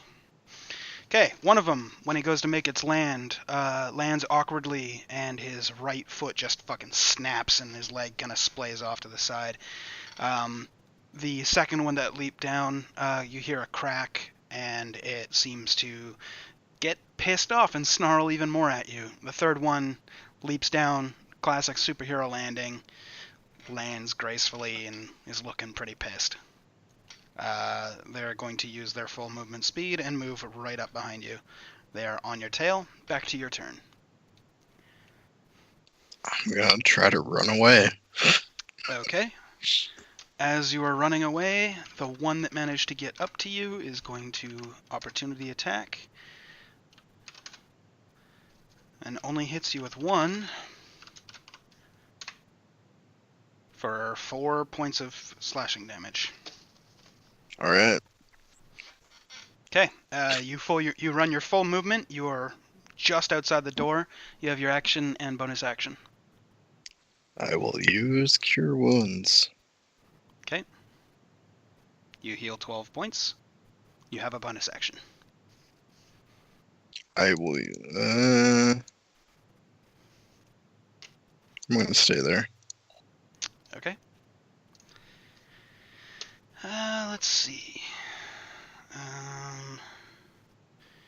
2, 3, and 4 are going to be using their full movement speed. Number 2 manages to get right up next to you, and he's going to make 2 claw attacks. Only one of them hits. Deals 6 points of slashing damage. Number 3, the one with the broken leg, makes it about 5 feet and kind of lazily collapses on the ground and then starts clawing towards you, like grabbing into the stone of the ground and pulling himself. But at a significantly reduced speed, so he's not going to be a threat yet. You can see at the back of the room now, coming out of those 2 doors, looks like 5 more of them are funneling through and they're charging towards. There's 8 in total, so. Yep. Yeah. Back to you. I'm gonna try to run away. I don't Okay. have anything. You're going to take an opportunity attack from the one that's next to you. He hits you once. 6 points of slashing damage. I will move my distance and use Cure Wounds. Okay. You do that and heal up 11 points. Where are you heading? Out. Away from them. There's Through the main there's doors. 3 directions, so you're going straight through the other set of doors. Yes. Okay. You can get about halfway across the hallway before your movement's up. Alright. Alright. So, number 2 uses his movement to get up next to you. Is going to take 2 slashes. Both miss. Number 3, again, scraping along the ground, is coming after you. Still not an issue yet. Reduce movement. Number 4 gets right up next to you, and he's going to slash at you with 2 slashes. One of them is a crit. So 10 points of slashing damage, and the other one is 8 points of slashing damage. I am unconscious. Okay. The rest are all funneling up. Sweet. Death save. 1 success. Okay, back to their turn. I need to check the rules on something real quick.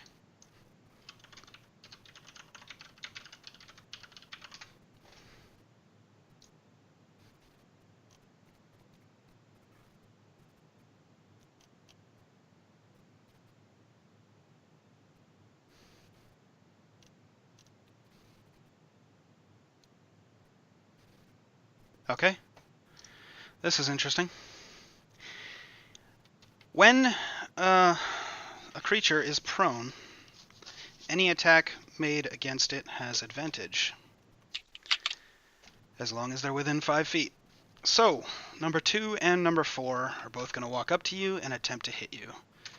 Swipe number 1 hits. Mark one failed death save. Strike number 2 hits. Mark another failed death save. The second one gets up to you and is going to attack. He misses. And the second attack misses. Your turn. Please death save. Add 1 success. Okay. Once again. Can I ride in on my flying magic carpet? And Unfortunately, no. This whole combat has only taken about a minute at this point. Each round only being like 6 to 8 seconds, so you guys are still walking across the Obsidian Sea.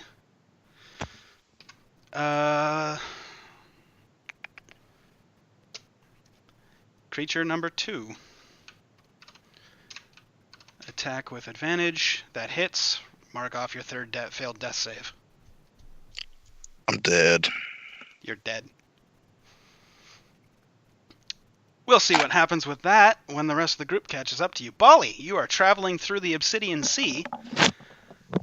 I'm getting impatient, and Bye. I start shaking my carpet to wake it up. Okay. I'd like. Give me an Arcana check. Nothing's happening.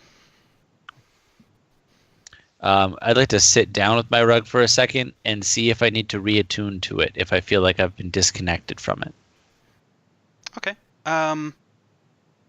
The description that I gave to you originally when you got it is this magical item does not require attunement. Oh. But what I can tell you from your 2 with the Arcana check is that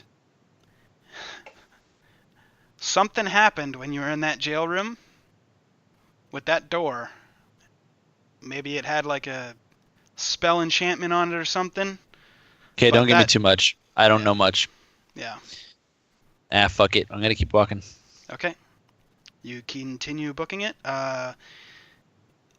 Since we can't go back to Ginkgo, we'll go back to Kruven and Karn. You guys are still looking out for Bali's little bees with arrows. Also, we could take our break. Oh Yeah. yeah. We could totally take a break. Sorry. Good time. I didn't want to stop in the middle of combat, and I was thinking about that. And then as soon as the end of combat, I was like, all right. So sorry, stream. Hold on. It's been wacky so far. We'll see what happens. Give us a second. We're just going to take a quick bio break. We'll be right back with the conclusion of this week's episode. See you in a few.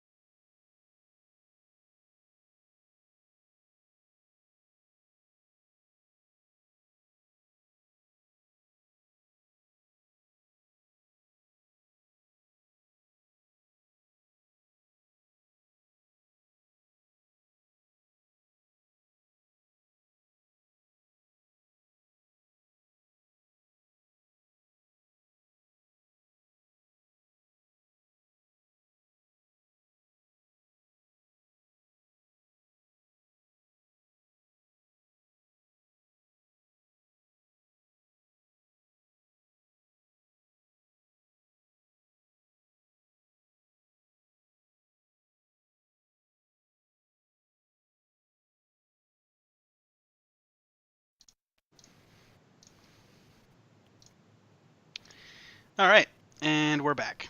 So yeah, we're gonna jump straight back into where we were.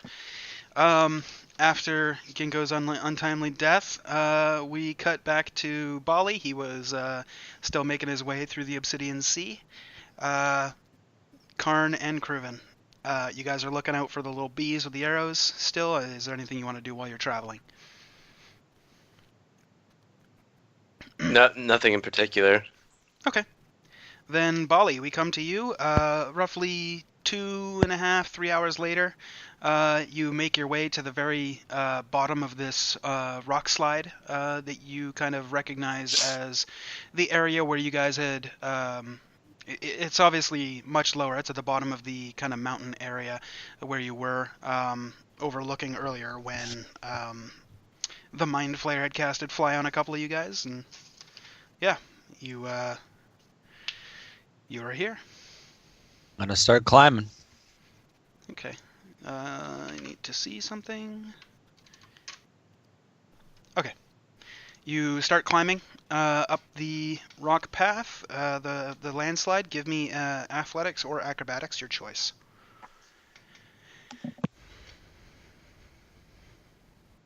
Okay. So athletics, you scale yourself pretty quickly up this kind of rock slide. You manage to get to the top after, probably about, probably a good 30 minutes of kind of steady climbing. Kind of going at a pretty healthy clip. And you get to the top, you see kind of an open pavilion kind of area, a couple of large pillars that kind of lead in towards this temple area that you recognize as the area where you had come out. I'm gonna just yell as loud as I can yell. Hello!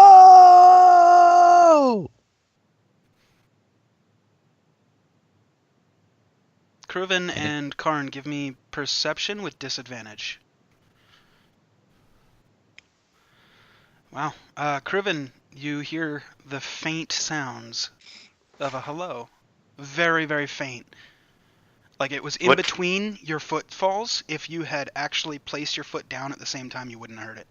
It was really lucky. Okay. So I'm gonna pause. In which direction do I hear it? Directly ahead of you. But Perfect. From an elevation. Okay. Okay. I'm gonna yell back. Bali, we're coming. Bali, hold on. perception with disadvantage. Okay. You hear, "Hey, we're Yang." Cool. I'm gonna take a seat. Okay. Actually, what's around me? I'm at a pavilion, right? Yeah, you're kind of like on a stone kind of outcropping, pavilion-y kind of location. Okay. I'm gonna take out my crowbar, or Okay. no, I'll take out my small hammer and I'll just start going tink tink tink tink tink tink on the side of the thing I just climbed up. Okay. Are you hitting it very hard or just making noise? Loud, as loud as I can. Okay. Give me I'm a trying to strength check. signal. Okay, it's decently loud. That's a good thing because if you'd rolled much higher, you would have possibly collapsed the structure. But yeah. Kruven and Karn, you guys hear a faint ting, ting, ting off in the distance, directly Okay. ahead of you. That solidifies my thought that he's up there. It's the second time hearing a noise from that direction. So we can't really go faster because it's still really rough, right? You can, but it is difficult terrain. So, if you guys want to go faster, I could make you guys do a couple of checks to see if you traverse it safely or not. No. I mean, I got my short friend over here, so we're just gonna kind of just chug along. He's not that short. He's a half orc. Yeah, okay. So you guys are trucking along. About 2.5, 3.5 hours later, you manage to make your way to the very bottom of a rock slide. You can hear the ting, ting, ting, ting, ting about 200 feet above you.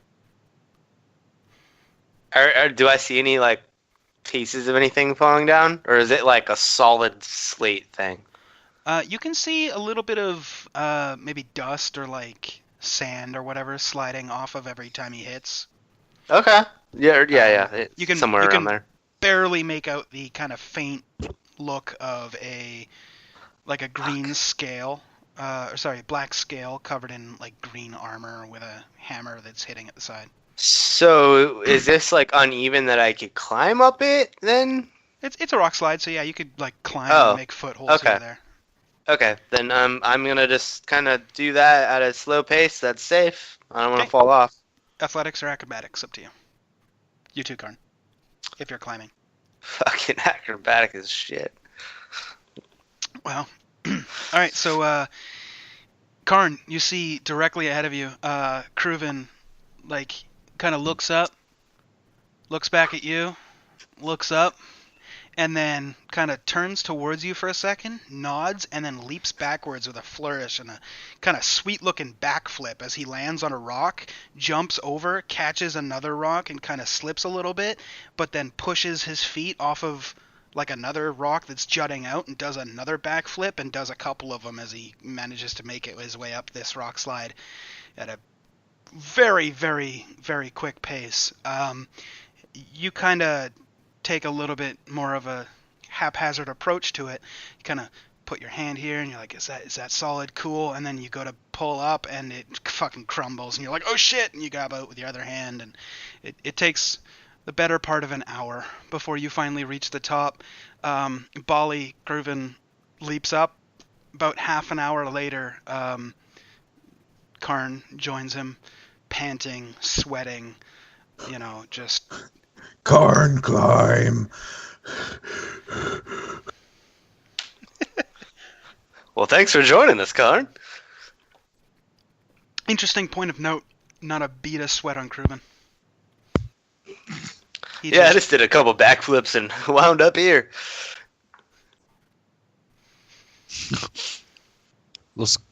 Why is no Ginkgo with you?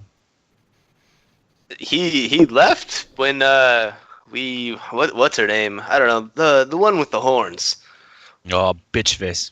Yeah, no, that's a great name for her. Mm. Yeah, no, he left. He didn't want to have any part of that, so he just kind of stormed off.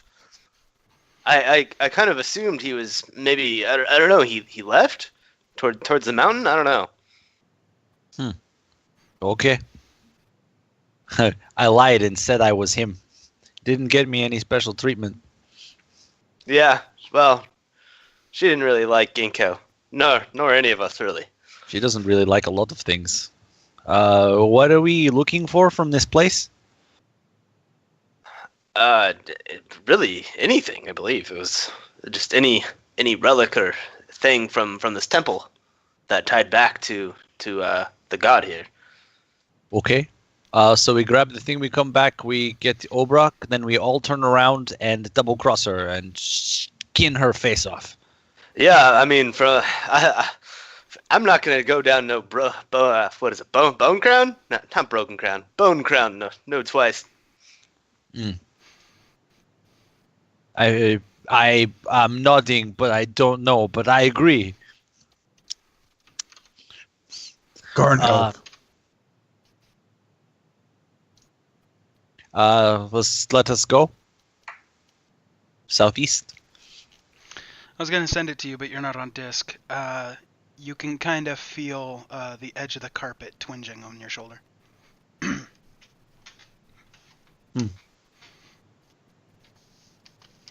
I play with it. Is it waking up?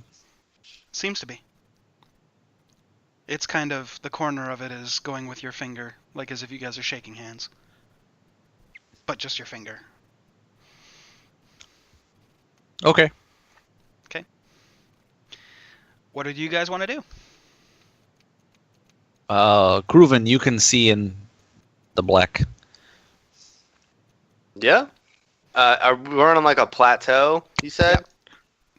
And is it go, like, can I see an entrance? Yep. The kind of exit that you guys had taken before is right there in front of you. It's not a door, it's just a doorway that leads in like a So, like, tablet over there. right before we started flying. Yeah. Okay. Cool. Let's go. I mean, I remember which way we went, right? Roll history. Uh-huh. Yep, you recall it perfectly. Cool. I'm gonna go that way. Okay. The rest of you are following. You take a left, you take a right, long steps up. There's a door. It's open. Already open? Yeah. Interesting. I'm gonna just kind of. Which is weird because the last time you came through here, We didn't go this way. What'd you guys nickname him? Ron. The Ron. last time you guys came through here, if you remember, Ron had asked you all to go first and then close the door behind you. So it's open, and that's weird. Okay. I'm gonna like peek my head in. Okay. Does it open out or in? It opens out. Okay. So if it's already open, I'm gonna kind of go on the other side and kind of open in and see Okay. if I can see anything. Roll perception. Okay, so you can hear what sounds like feral creatures, like a little bit further down the hallway. You can't really make out what they're doing. Seems to be a collection of them.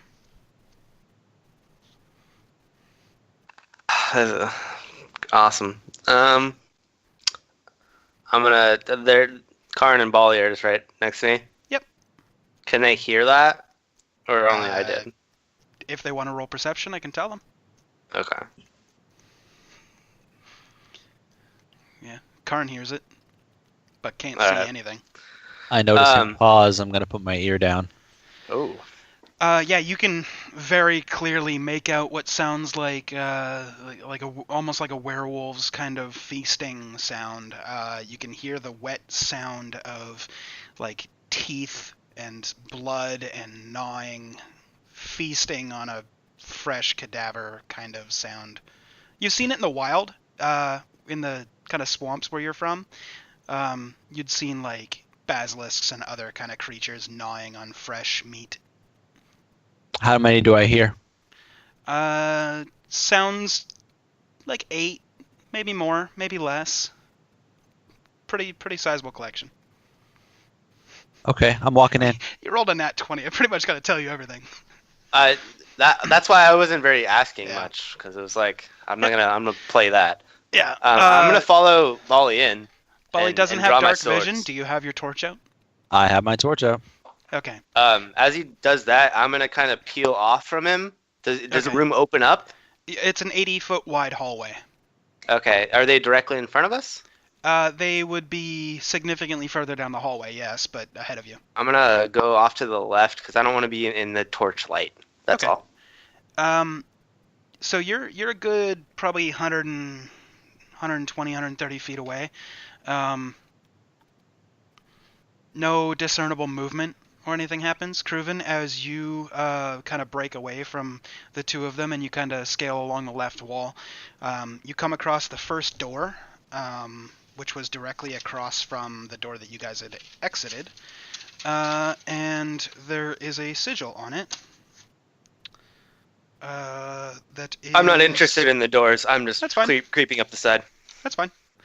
You see a sigil of balanced scales resting on a warhammer as you walk past the door. Okay. You continue down the path, all of you. Karn, what are you doing? You following Bali? Yep. As you guys travel down, are you traveling like right through the middle, on the right side, or I'm heading towards the sound. but in the middle of the 80-foot wide hallway, or like on the right? Oh, in the middle. Okay. Karn, still in the middle? Okay. As you guys kind of make your way past a couple of doors, you can't really make out the insignias on the right. Kruven, you pass another door that has a 6-pointed snowflake on it. You walk past, and...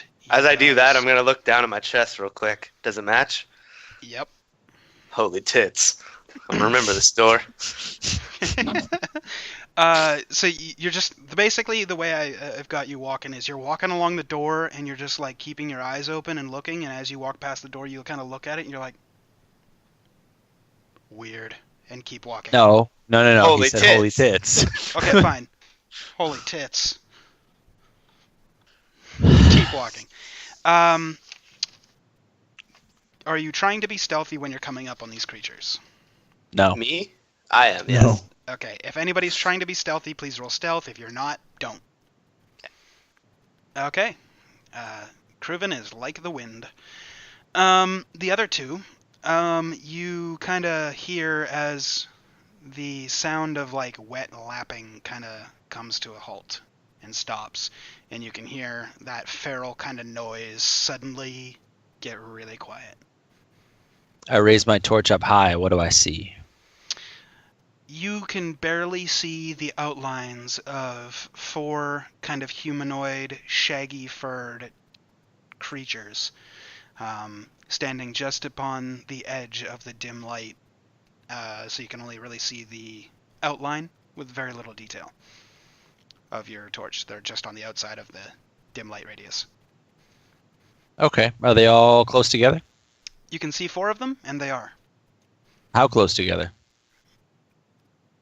From furthest left to furthest right, maybe 8 feet. So I could catch a couple of them within a 5-foot column? I'll say 3 of them, yeah. Cool. Let's say 3 of them. All right.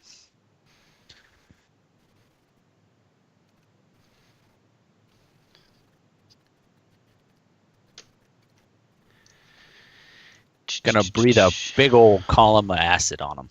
Yeah, that's a dex save, yeah. Uh-huh.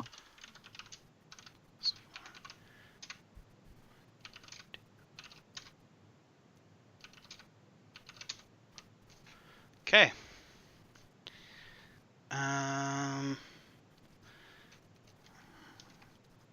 On a fail, they take full damage. On success, they take half, yeah? Yep.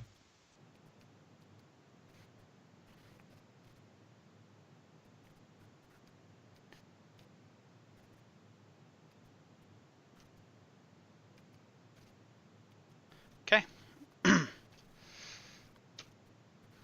That was my bonus action. Well, that was my first action, I guess. 'Cause breath weapon counts as an attack. So my second one will be to approach the closest furry thing. What's your movement? My movement speed is 30. Okay. Since they're just on the other side of the dim light radius, that's 60 feet. As I see him moving, I'm going to try to do it in tandem.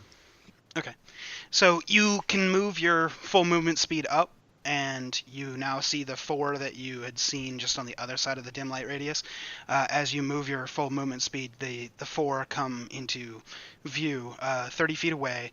3 of them look to be covered in this kind of acid that's spewed all over them. And you can see behind them, there's 3 standing up, and there is 1 kind of on the ground that's kind of like half laying over a ruined body.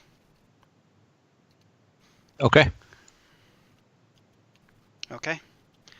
Cruven, you are mirroring his movement, but on the left side. You managed to I'm getting closer. Like, I want to time my strike with Yep. his. That makes sense. Well, he already made an attack. I'm being generous and allowing you guys to do Okay. doing something before you roll initiative. Totally. So you come up on the left side. You come to a point where the hallway continues on for a little bit. To your right, there's a kind of a large-ish door, and then to your left you see a very large ornate doorway with the doors that seem to be open. Inside you see, a couple of pews, some previous description of the room that he entered. I don't want to reiterate it. You're hanging out there right at the corner, about 30 feet away from these creatures, just outside of the... you're kind of in the dim light, but your stealth roll is kind of pretty good, so they don't see you yet. What would you like to do? So I'm 30 feet away? Yep. From the 4 that he breathed on? There's actually 8 of them. Right. There's the four the that are standing, 3 behind them, and the one that's laying over top of a ruined body. I want to go for the ones that are closest to Bali. The one that's closest to me that is heading towards Bali, that has Okay. the acid on him. I want to throw my dagger at him. Okay, go ahead and roll your attack. That hits. Go ahead and roll damage. And roll sneak attack. And then I'm just charging in. Jesus. All right. So you throw your dagger. It impales itself like right in the head of one of these creatures, and it just drops. And you're running into the thick of things now. Yep, my dagger just came back to my hand, and I'm just charging in. Okay, one sec. Okay, so you are going to be right up in melee. Bali is 30 feet out. Karn, what are you doing? I'm getting my light crossbow out. Okay, are you standing next to Bali this whole time? Whenever he moved forward, I stayed where we were at. Okay, so you're 60 feet away from them. What would you like to do? Yep. Fire. Okay.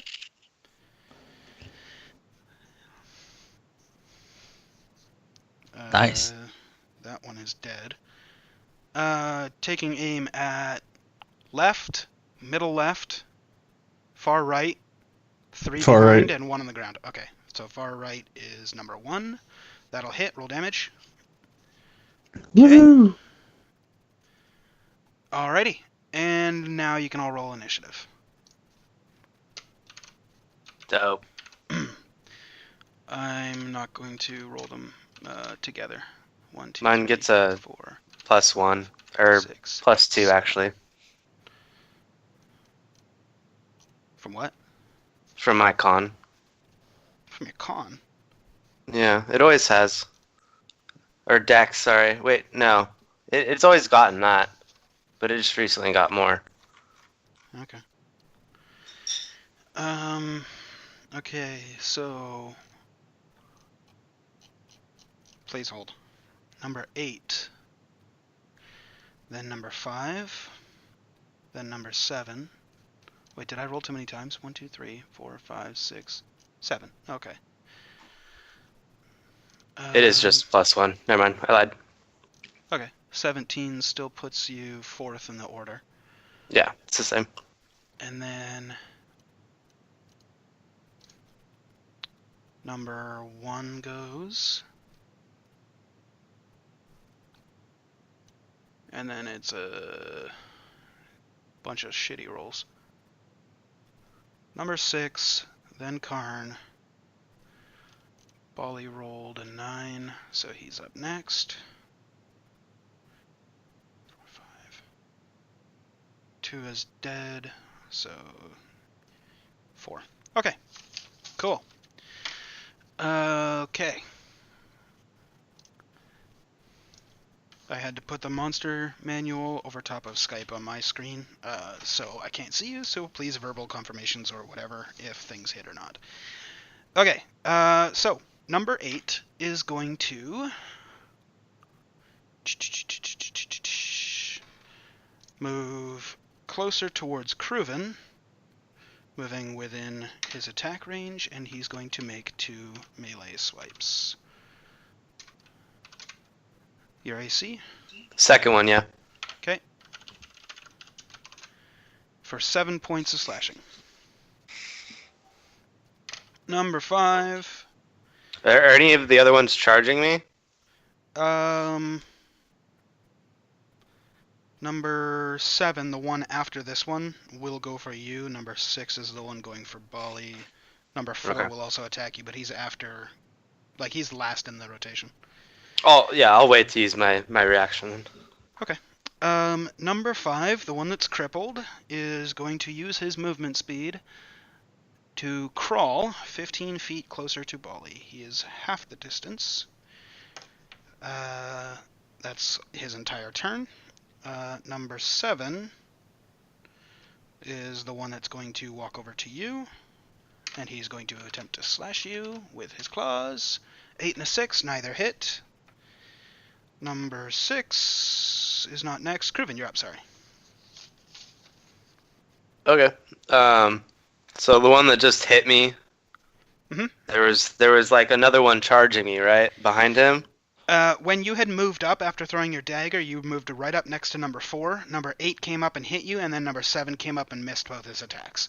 So you got Okay. 3 kind of flanking you. Which one was the one that had acid? But did both of the ones that hit me have the acid breath on them? Nope. Only 1, 2, and 3 had acid, and number 2 is dead. Okay. Doesn't matter. I'm gonna take number 8, the first one that hit me. 'Kay. And I'm just gonna try to shove my dagger right in his eye. Nice. Roll an attack. Sing! You feel it kind of sink deep into his skull. Roll your damage. 10 points of piercing damage. Is anyone near that one? Bali is 30 feet out.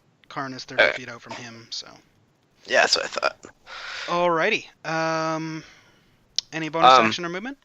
Yeah, I'll use my. How did he react? He just like took it. You stabbed him in the face, and so far nothing. Okay. Then I'm just gonna try to use my short sword and just do the same thing, but in the other eye. Okay. Roll an attack. Ooh. That hits. Roll damage. All right. 7 points of piercing. Nice. Cool. And then I'm gonna disengage. Like, let's go 30. I can do my whole 30, right? Yeah. Okay. Where Then do you yeah, want? let's do that. Just like back the direction which I first like pierced them from the side. Okay. So back towards the corner. Yeah, kind of into the shadows, I guess. Ish. Alright. You're just at the faint out. You're on the outer ring of the light radius given by the torch. Cool. I'm gonna try right there. Okay.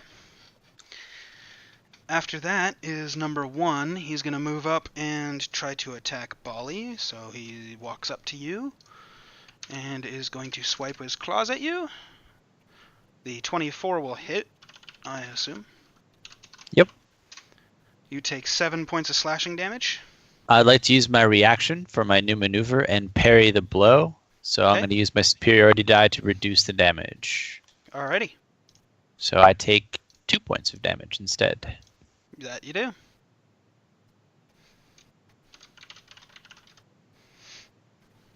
Oh, no, plus my dex modifier. I take 0 damage. Sweet. Okay. Cool. Alright, and that was number 1's turn. It's his entire turn. Number 6 is going to run up and get into Bali's face as well and attempt to attack you. Do either of those hit? One of them tied me. That'll hit. 9 points of slashing. Okay. That is number 6's turn. Karn, you're up. I'm gonna take another shot at the one that just hit Bali. Okay. Go ahead and roll your attack. That'll hit. Roll damage.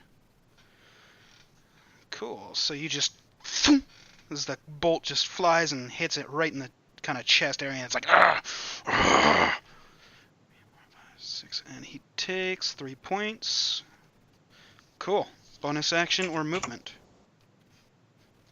I'm gonna put the crossbow away and move up to next to Bali. Okay. What's your movement speed? 30. Cool. So you can get right up next to him. Cool. Bonus action? Nope, no bonus action.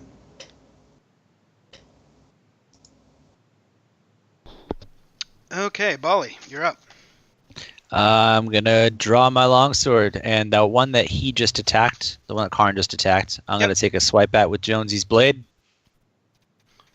Bashiok's blade. You fucks. Jonesy's blade. Yep, got it. Yeah, Jonesy's blade. Right? Check. That'll hit. Roll damage. 24. Yeah. Fucking sweet. Jesus. That was number 6.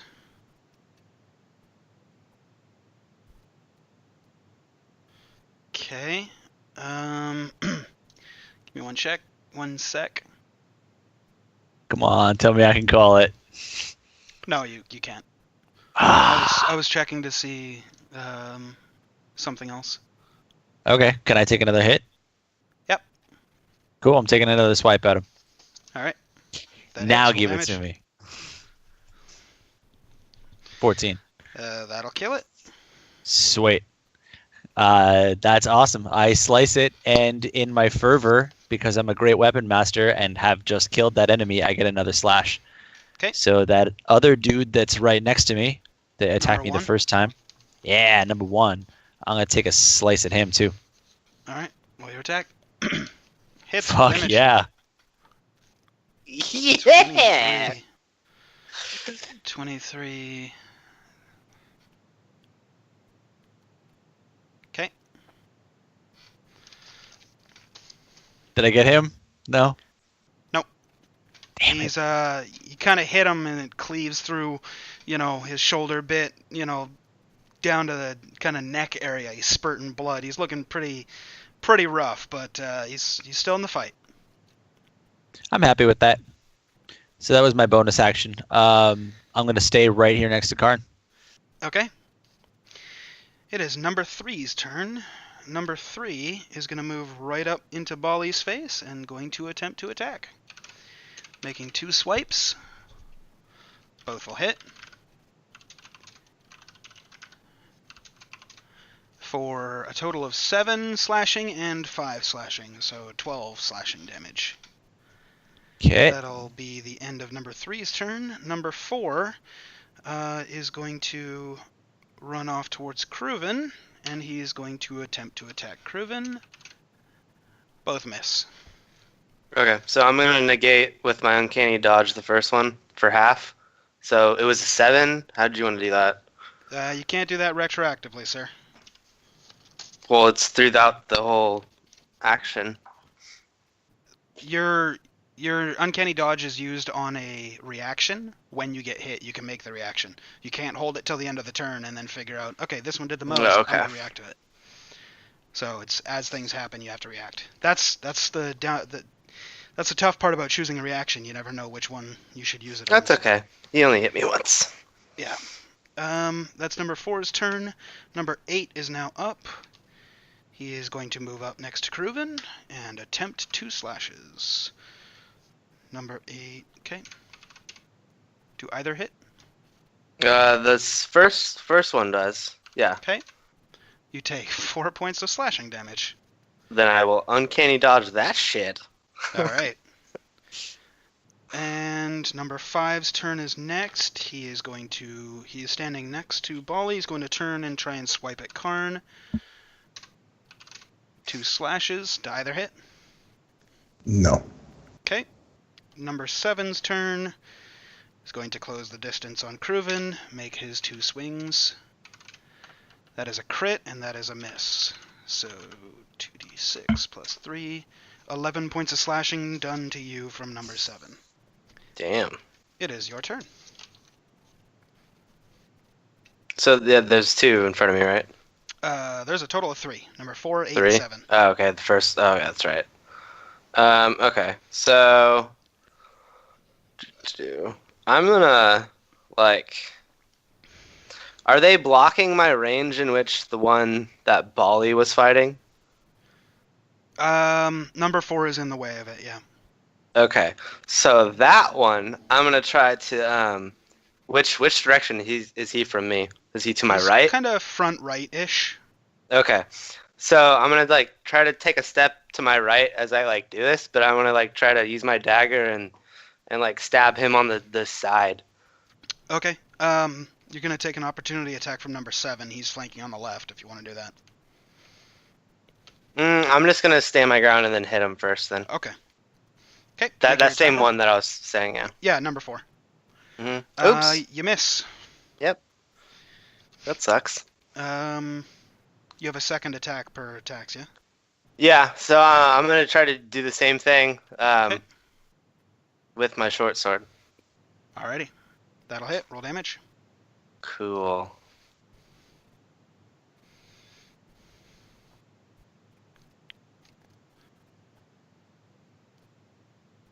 Okay. Okay. From that, I'm gonna disengage out, and then I'm gonna go like, let's see, melee's 5 yards or Yep. feet. Yep, 5 feet. So I want to go like 6 just to be safe, and then swing around like a circle motion. Okay. So sacrificing some distance. But I want to kind of go around and then towards Bali, but like on the back side. I don't want to cut in between the werewolves that we're fighting. So currently And- from and where then- you're standing, directly to your right is Bali, 30 feet over. Yeah. So I'll just go that way. Okay, so you're disengaging back so you don't get hit. That'll take you 5 feet. You got 25 feet left. You want to move next to Bali. Right, but not close to the other ones, if that makes sense. You don't have the movement speed to do that anyways. Perfect. Because you can only go 25 feet. That's what I figured. Okay, cool. Okay. I didn't know if they were on the closer side or if they were on the further side. That was all. Yeah. Number 4, like if you're looking straight over towards Bali, number 4 is like right here, and you're looking like right here. You're like, Oh, that's perfect then. so without disengaging, you would have taken 2 opportunity attacks to get away, but you disengaged, so you're good. Right. That's why I was Um, really trying to get that first attack. You're good. Number 1 is going to attack Bali with advantage. Both of his swings. Why does he have First one. advantage? I can't tell you that until after the battle. The first swing was a 15, second swing was an 18. Do either hit? The 18 will hit me. Okay. And- 8 points of slashing. I'm going to parry that. Okay. Oops. Okay, that's not working. I'm just going to roll a d8 and Uh, add 2. 1d8 plus 2. You reduce it by 3. I reduce it by 3, so I take so 5 that's points. 5. Yep. 'Kay. Karn, you're up. You've got one creature directly, like in front of you and to the right. Number 1 is directly ahead of you. Bali is to your left, and in front of him is number 3. Karn is coming up from your back left, but he's about. I'm coming up from my back 6 left. feet. Sorry, Kruven. Okay. I'm gonna cast Guiding Bolt on number 1. Okay.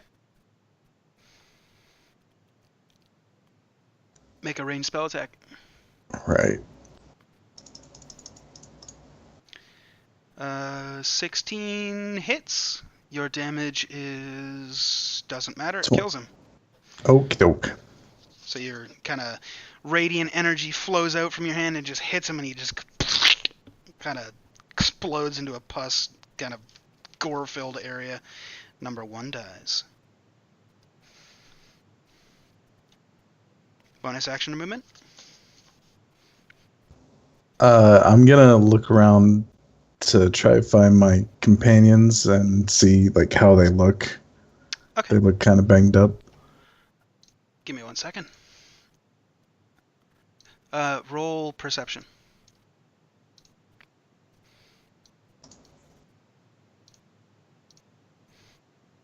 Okay. Kruven, who's coming up kind of behind you and to your left a little bit, looks perfectly fine. Hasn't even broken a sweat. Unless he's not updating his character sheet in real time. Temporary. You have 25 temporary health points? How? Well, that's my like current health, I guess. That's why I was doing Oh. the math in. Oh, no, you gotta change your current, because temporary is entirely different, because there's like stuff called like a bountiful feast, for example, that'll give you Ah. extra hit points above your maximum. And then when you Gotcha. get hit, you would take it from your temporary first. Okay, so never mind. Kruven looks, he looks pretty beat up, but when you look over at Bali, you're like, oof, he looks pretty rough. Did that take my bonus action? No. You just looked. Alright, I'm gonna cast Healing Word on Bali. Okay. Woo. Go ahead.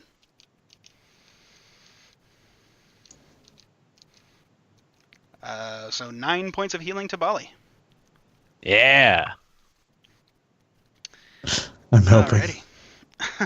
Any movement? Gorn help. Thanks, little guy. Nope. Alright. Bali, you're up. Sweet. What's in front of me? Directly in front of you is number 3. Off to your right is number 5. Directly ahead of you, but over like a good 25, 30 feet, is number 4, 8, and 7. And then Kruven is right behind you about 5 feet. Okay. The one right in front of me then. Alrighty. Ah, fuck. Natural 1. Automatic fail. Yeah, that slash didn't work so well. It's kind of dark in here. Little Let's bit. try that again. Nah. That hits. Roll damage. Sweet.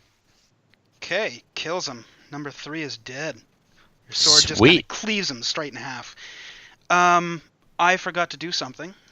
Give me 1 second. Okay. I murdered him. Can I take another swing in the meantime? Hold on, because I need you to do something else. Make a con save for the one previous.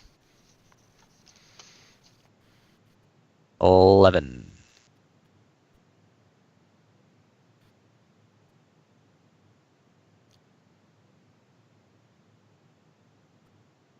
Okay, nothing happens. The one you just killed, another con save.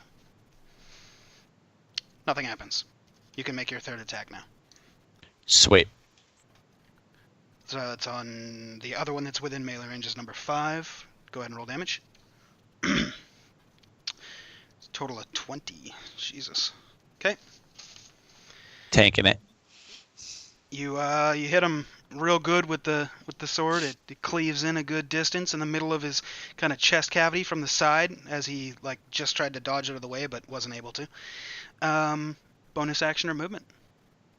I'll leave it for now. Okay. Then after that is number 3's turn. He got cleaved in half, so that's not going to happen. Number 4 is going to run over, and he's going to attempt to attack you. See if he has advantage. He does. First swipe is a 9. Second swipe is a 10. So he doesn't hit. After number 4, top of the round goes to number 8. He is also going to run over and attempt to swipe at you. He does not have advantage. I'm popular. 11 and a 16. Nope. Okay, and then number 5, standing next to Karn. He is going to attack Karn. No advantage. 7 and a 9, both miss. Number 7's turn. He is going to run over and close the distance with Kruven and make his 2 melee swipes. First one will hit. Second one won't. You take 9 points of slashing damage. Ugh. Kruven, you are up. I'm worse for wear. So that just one charged me, right? Yep. For the moment. Yep. Okay, well, let me do that. Seems like the majority of them seem to be going for the biggest threat. Yeah, which is totally kosher on my behalf. I mean, look at this guy. He's got a big ass sword. As I say to all the werewolves. I'm. What number was ahead of me or in front of me? Not that it matters. Number 7. I'm gonna attack him. Okay. I'm gonna use my dagger and just go for the area that looks the weakest. Okay. That'll hit. Roll damage. Okay. Yeah. Okay. Am I? He's not. He's on the other side of me, so he's not 5 Yeah. feet. Okay, You're within Bali's range, but the creature isn't, so you wouldn't get sneak attack from it. that's what I was figuring. Okay. So with that, I'm going to disengage, and I'm gonna try to put myself in between, or like put Bali in between me and that particular one, so we could just start fucking slaying them one by one because they're gonna come, and like he can slash that one. I'm gonna throw my dagger, and we're just gonna fucking. So the Take way him that down. this is set up right now is Karn is like his left shoulder is right up against Bali's right shoulder, and they're almost back to back, but kind of sideways with each other. So you want to sneak in between the two of them? I'll go. No, not in between the two of them. Like go at a diagonal, I guess. If that makes sense. Like He like wants backwards. to line up on me. Yeah. Okay, Yeah, so that when like SWAT number team 7 style. comes to attack, it's within Yeah, I range. could fucking Okay. go like that and dodge and throw a dagger. Are you disengaging or no? Yes, I am. Okay. Okay. I didn't know how like many feet that was Right. because it'd be 5 and then Yep, you're good. probably another 15 out or something. Yeah. No, it's. I mean, you were within 5 feet of Bali, so the total movement there was about 10 feet, as you're just now, right up next to Bali. Okay. Karn, you're up. I will. All right. How many do I see? Okay, so directly in front of you is 1. To your left, Bali is currently engaged with 2, and there's 1 more that's engaged with Kruven. You see 4. I will cast. Oh shit. Hold on. Or not. I have to slightly retcon something. Bali, the one that you attacked that you did 20 damage to, you actually missed it. It was the crippled one. It's prone. Oh wait, no. Which means I have You advantage. melee attack. You're right. You did hit it. You're good. We're all good. Hold on. We're good. Phew. For a second, I was like ranged attack, and I was like, wait, he used his sword. We're good. Ignore that I Yep. said anything. We're all good. Sorry, Cool. Karn. You were saying. I'm gonna I'm gonna look at my companion, see how they're doing. Okay. I closed their pages. Please hold. 26. They're both looking pretty rough. Kruven looks more rough than Bali, but they're looking both like they've seen better days for sure. I will use Mass Healing Word. Okay.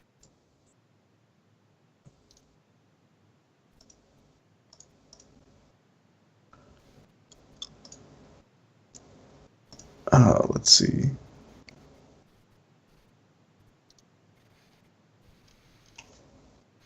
And I You both gain 10 hit choose. points, by the way. Yeah, I pick both of them to cast it on. And that is a bonus action speed.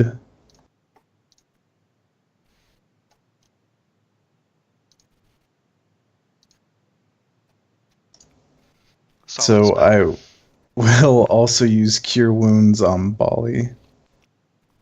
Okay. Tanking it, Two. tanking it. For another 12 points. of 12. Yep. Fuck yeah. damage. So you got 22 hit points back in that round, And keep me in the middle. right? That'll end your turn unless you have movement that you want to do. Nope, that's it. Then Bali, you're up. Sweet. What's in front of me? Two guys? Directly Three in front guys? of you. Directly in front of you is 2. To your left, but about 5 feet away, is number 7, and to your right, but about 3 feet away, is number 5, the crippled one. Let's go with right in front of me then. Okay, number 4 or 8. 4. Roll your attack. It hits. Roll damage. Kills it. Fucking splatter. Sweet. Con save, please. Con save. Cool. You get +1 strength until your next rest. Nice. I'm going to use this opportunity to get a bonus strike and slash number 3. 3 is dead. Long dead. You mean number Oh. 8. 8. Yeah. Slash number 8. Okay, that'll hit. Roll damage. Fucking killed that one too. Con save. Sweet. No strength. Cool. And then I'm going to Is there's one left? There's one 5 yards to your left and one to your right. Number 5, the crippled one. Just on the ground? Yep, he's crippled. I can just look down at him right now? Yeah. Fucking sweet. Advantage, that means. Yep. Final attack. Didn't need Full it. damage.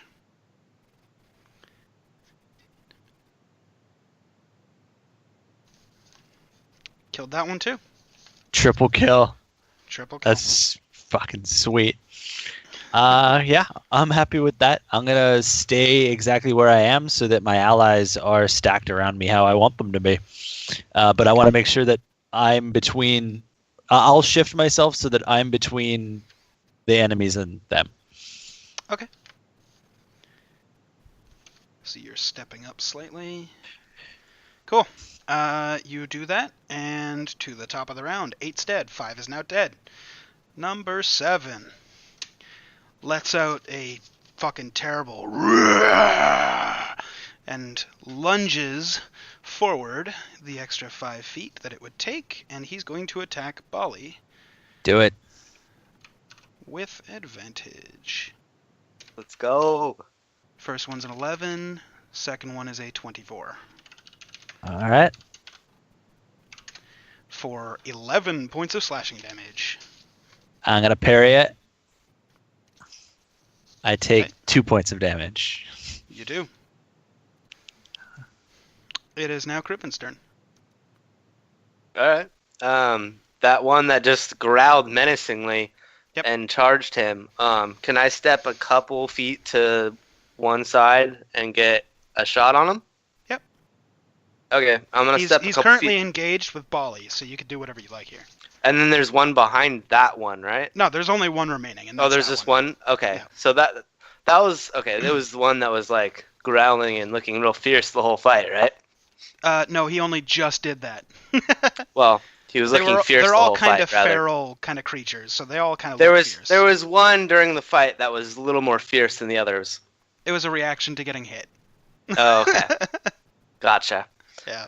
I was curious. All right, so I'm gonna step a couple feet to the right, however many I need to, and I'm gonna throw my dagger right at his face. Okay. Okay. Me. Wow, even with a ranged attack in melee, you would get disadvantage, and it still hits. Roll damage. He's that close to me? He's within 5 yards. He's currently engaged with Bali, and you're right behind Bali. Because all Bali did Oh, was step in I between thought you two. I thought he stepped forward a couple feet. Yeah, all he did was step in between you. Either way, I hit him. I'll take it. That's number 7. Okay. And then I get sneak because he's in 5 feet of Bali. You do. Roll sneak attack. Another 10. Okay. He looks pretty haggard. The dagger buried itself deep in his neck. You can see blood squirting, and then the blade appears on your belt, and there's just blood pouring. And he's like, And how far away? He's Oof. like in melee, and I'm just gonna. Well, yeah, just he's in go melee range with you. Yeah. Right for the fucking neck. All right. Shank the shit out of him. Oh yeah! Roll Beautiful. damage. Okay. How do you want to finish him off?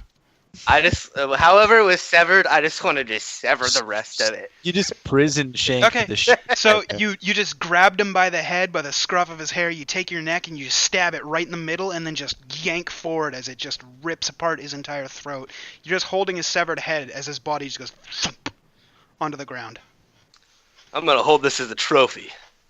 I'm gonna place it down on the ground.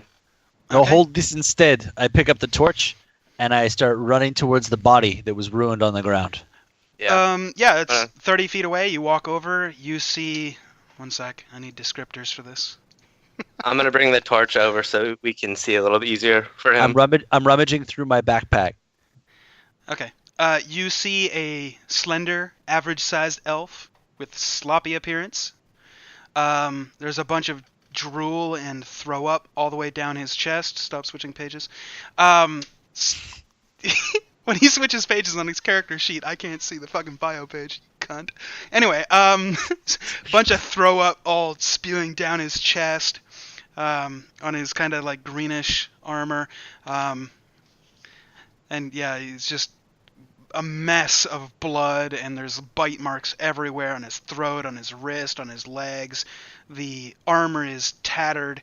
It's what used to be like a nice solid forest green, which gave him that very natured look, is now just a smattering of red gore and mess. You can see where they were like biting through his like arms and stuff. You can see the bone is showing as all the tendons were ripped apart and completely mangled. All right, since it's almost 9 o'clock, I think I got an ending for you. I got a better one. Well, maybe not, but before we get there, um, I reach into my backpack and I pull out my fate card. interesting. I wish to undo Ginkgo's death from the timeline.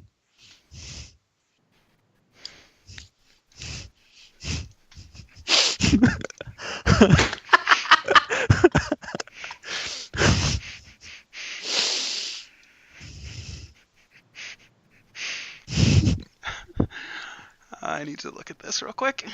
Is that how it works? That'd be amazing. It's a god card. It's a fate card. Come on. Turn this whole game on its head.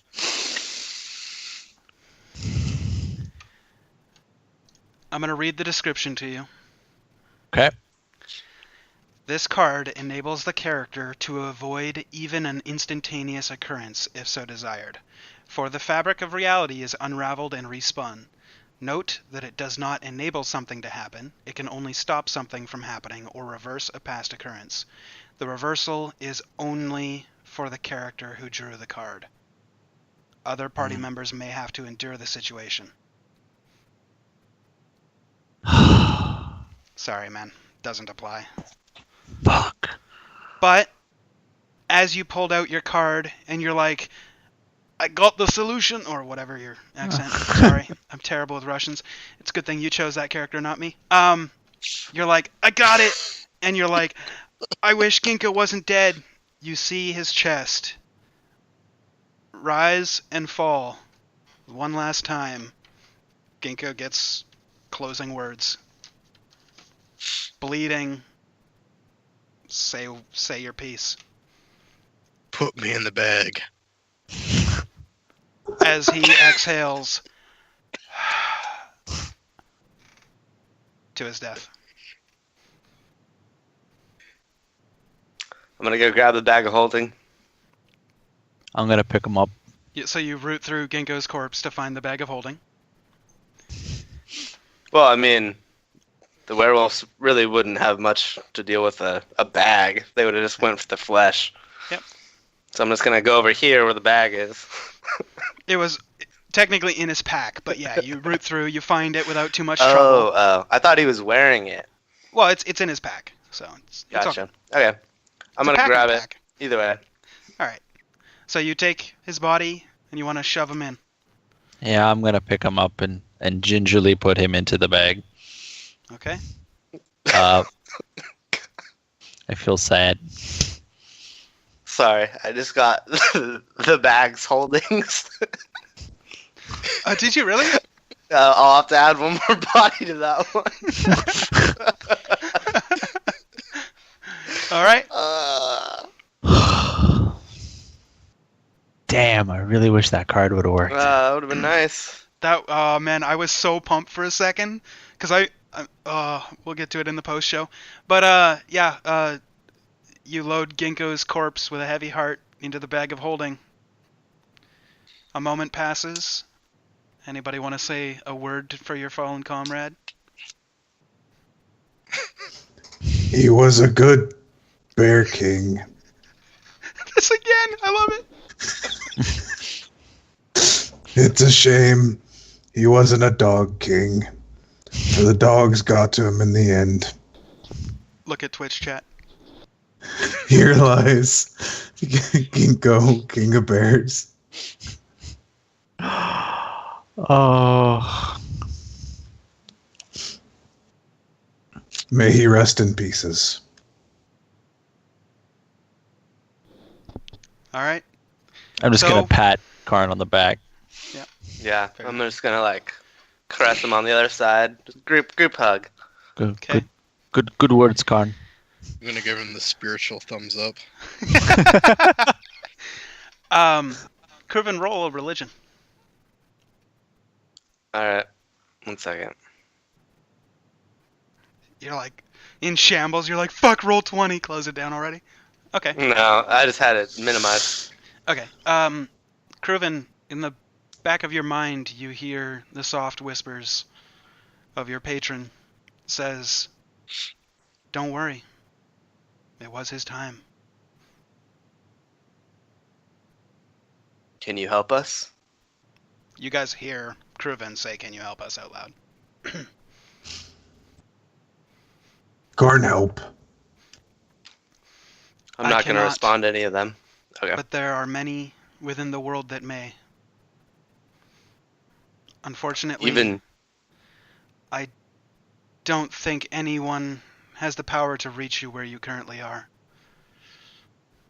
We can only simply see past the veil for but a few moments. Be well, my champion. I will try.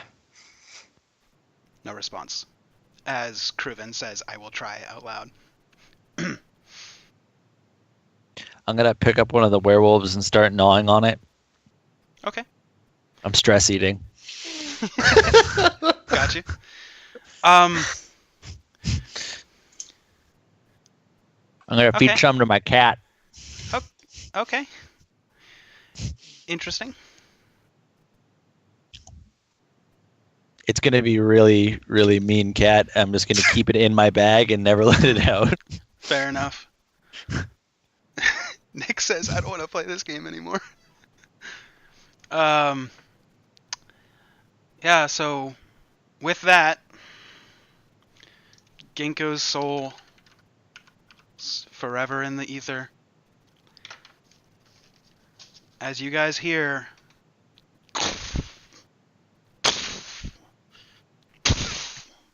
as something very large has awoken. And we'll figure out what that means when we revisit this campaign in the future. Whenever. Whenever. TBD. Yeah. We'll sort out exactly how long it'll be, but I was thinking but depends on how long Derek would like to DM for before he wants to get back to this. Maybe 10 weeks, maybe 12. Who knows? It's totally up to however Maybe long Derek wants 29. to go. Maybe Sorry. 29. Yeah, it's Exactly 29. up to you. And a Christmas special. And, And a oh Christmas my god, special. it would go that long, wouldn't it? How many weeks do we have this year? No, Fuck, I don't it know. wouldn't. It wouldn't take us all the way to Christmas. But yeah, no, it's we'll figure it out, and when we come back to this campaign, we will be in the temple. Older. Sans Ginkgo and Sans Ubruk. We will be older. Yep. Yeah. Not wiser. Stream. That Just was older. a fun climax, and we leave on a cliffhanger. Which, honestly, I thought you guys would have Right. blasted through the whole battle, and what was gonna happen when we eventually get back would have happened already. But I also totally didn't expect Ginkgo to die. But we'll talk about that in the post show. Give us 5 minutes to go take a piss and stuff. Come back. We'll have a real quick post show, and then we got to go offline because we got to talk about next campaign stuff. So Someone in the Twitch chat's freaking out. that's Nick. That's Nick, dude. You died, Nick. Wait, Nick died? No, No. Nick didn't die. Just Oh, oh yeah, right. Yeah, right. I wasn't. Sorry, Nick. Ubrok's dead. No. Yeah, that's Nick. Surprise. That's Ubrok. He was We watching the fucked last that up 30 for you. minutes You or have so. to watch it all. Yeah. He's Man, watch the ending, Nick. It's great. But yeah. So give us like 5 minutes. We'll come back. We'll do the post show. Nick, if you want to hop on for the post show, totally can. That's up to you. But we'll be back in 5. Yeah, either way. so many feelings. Yeah.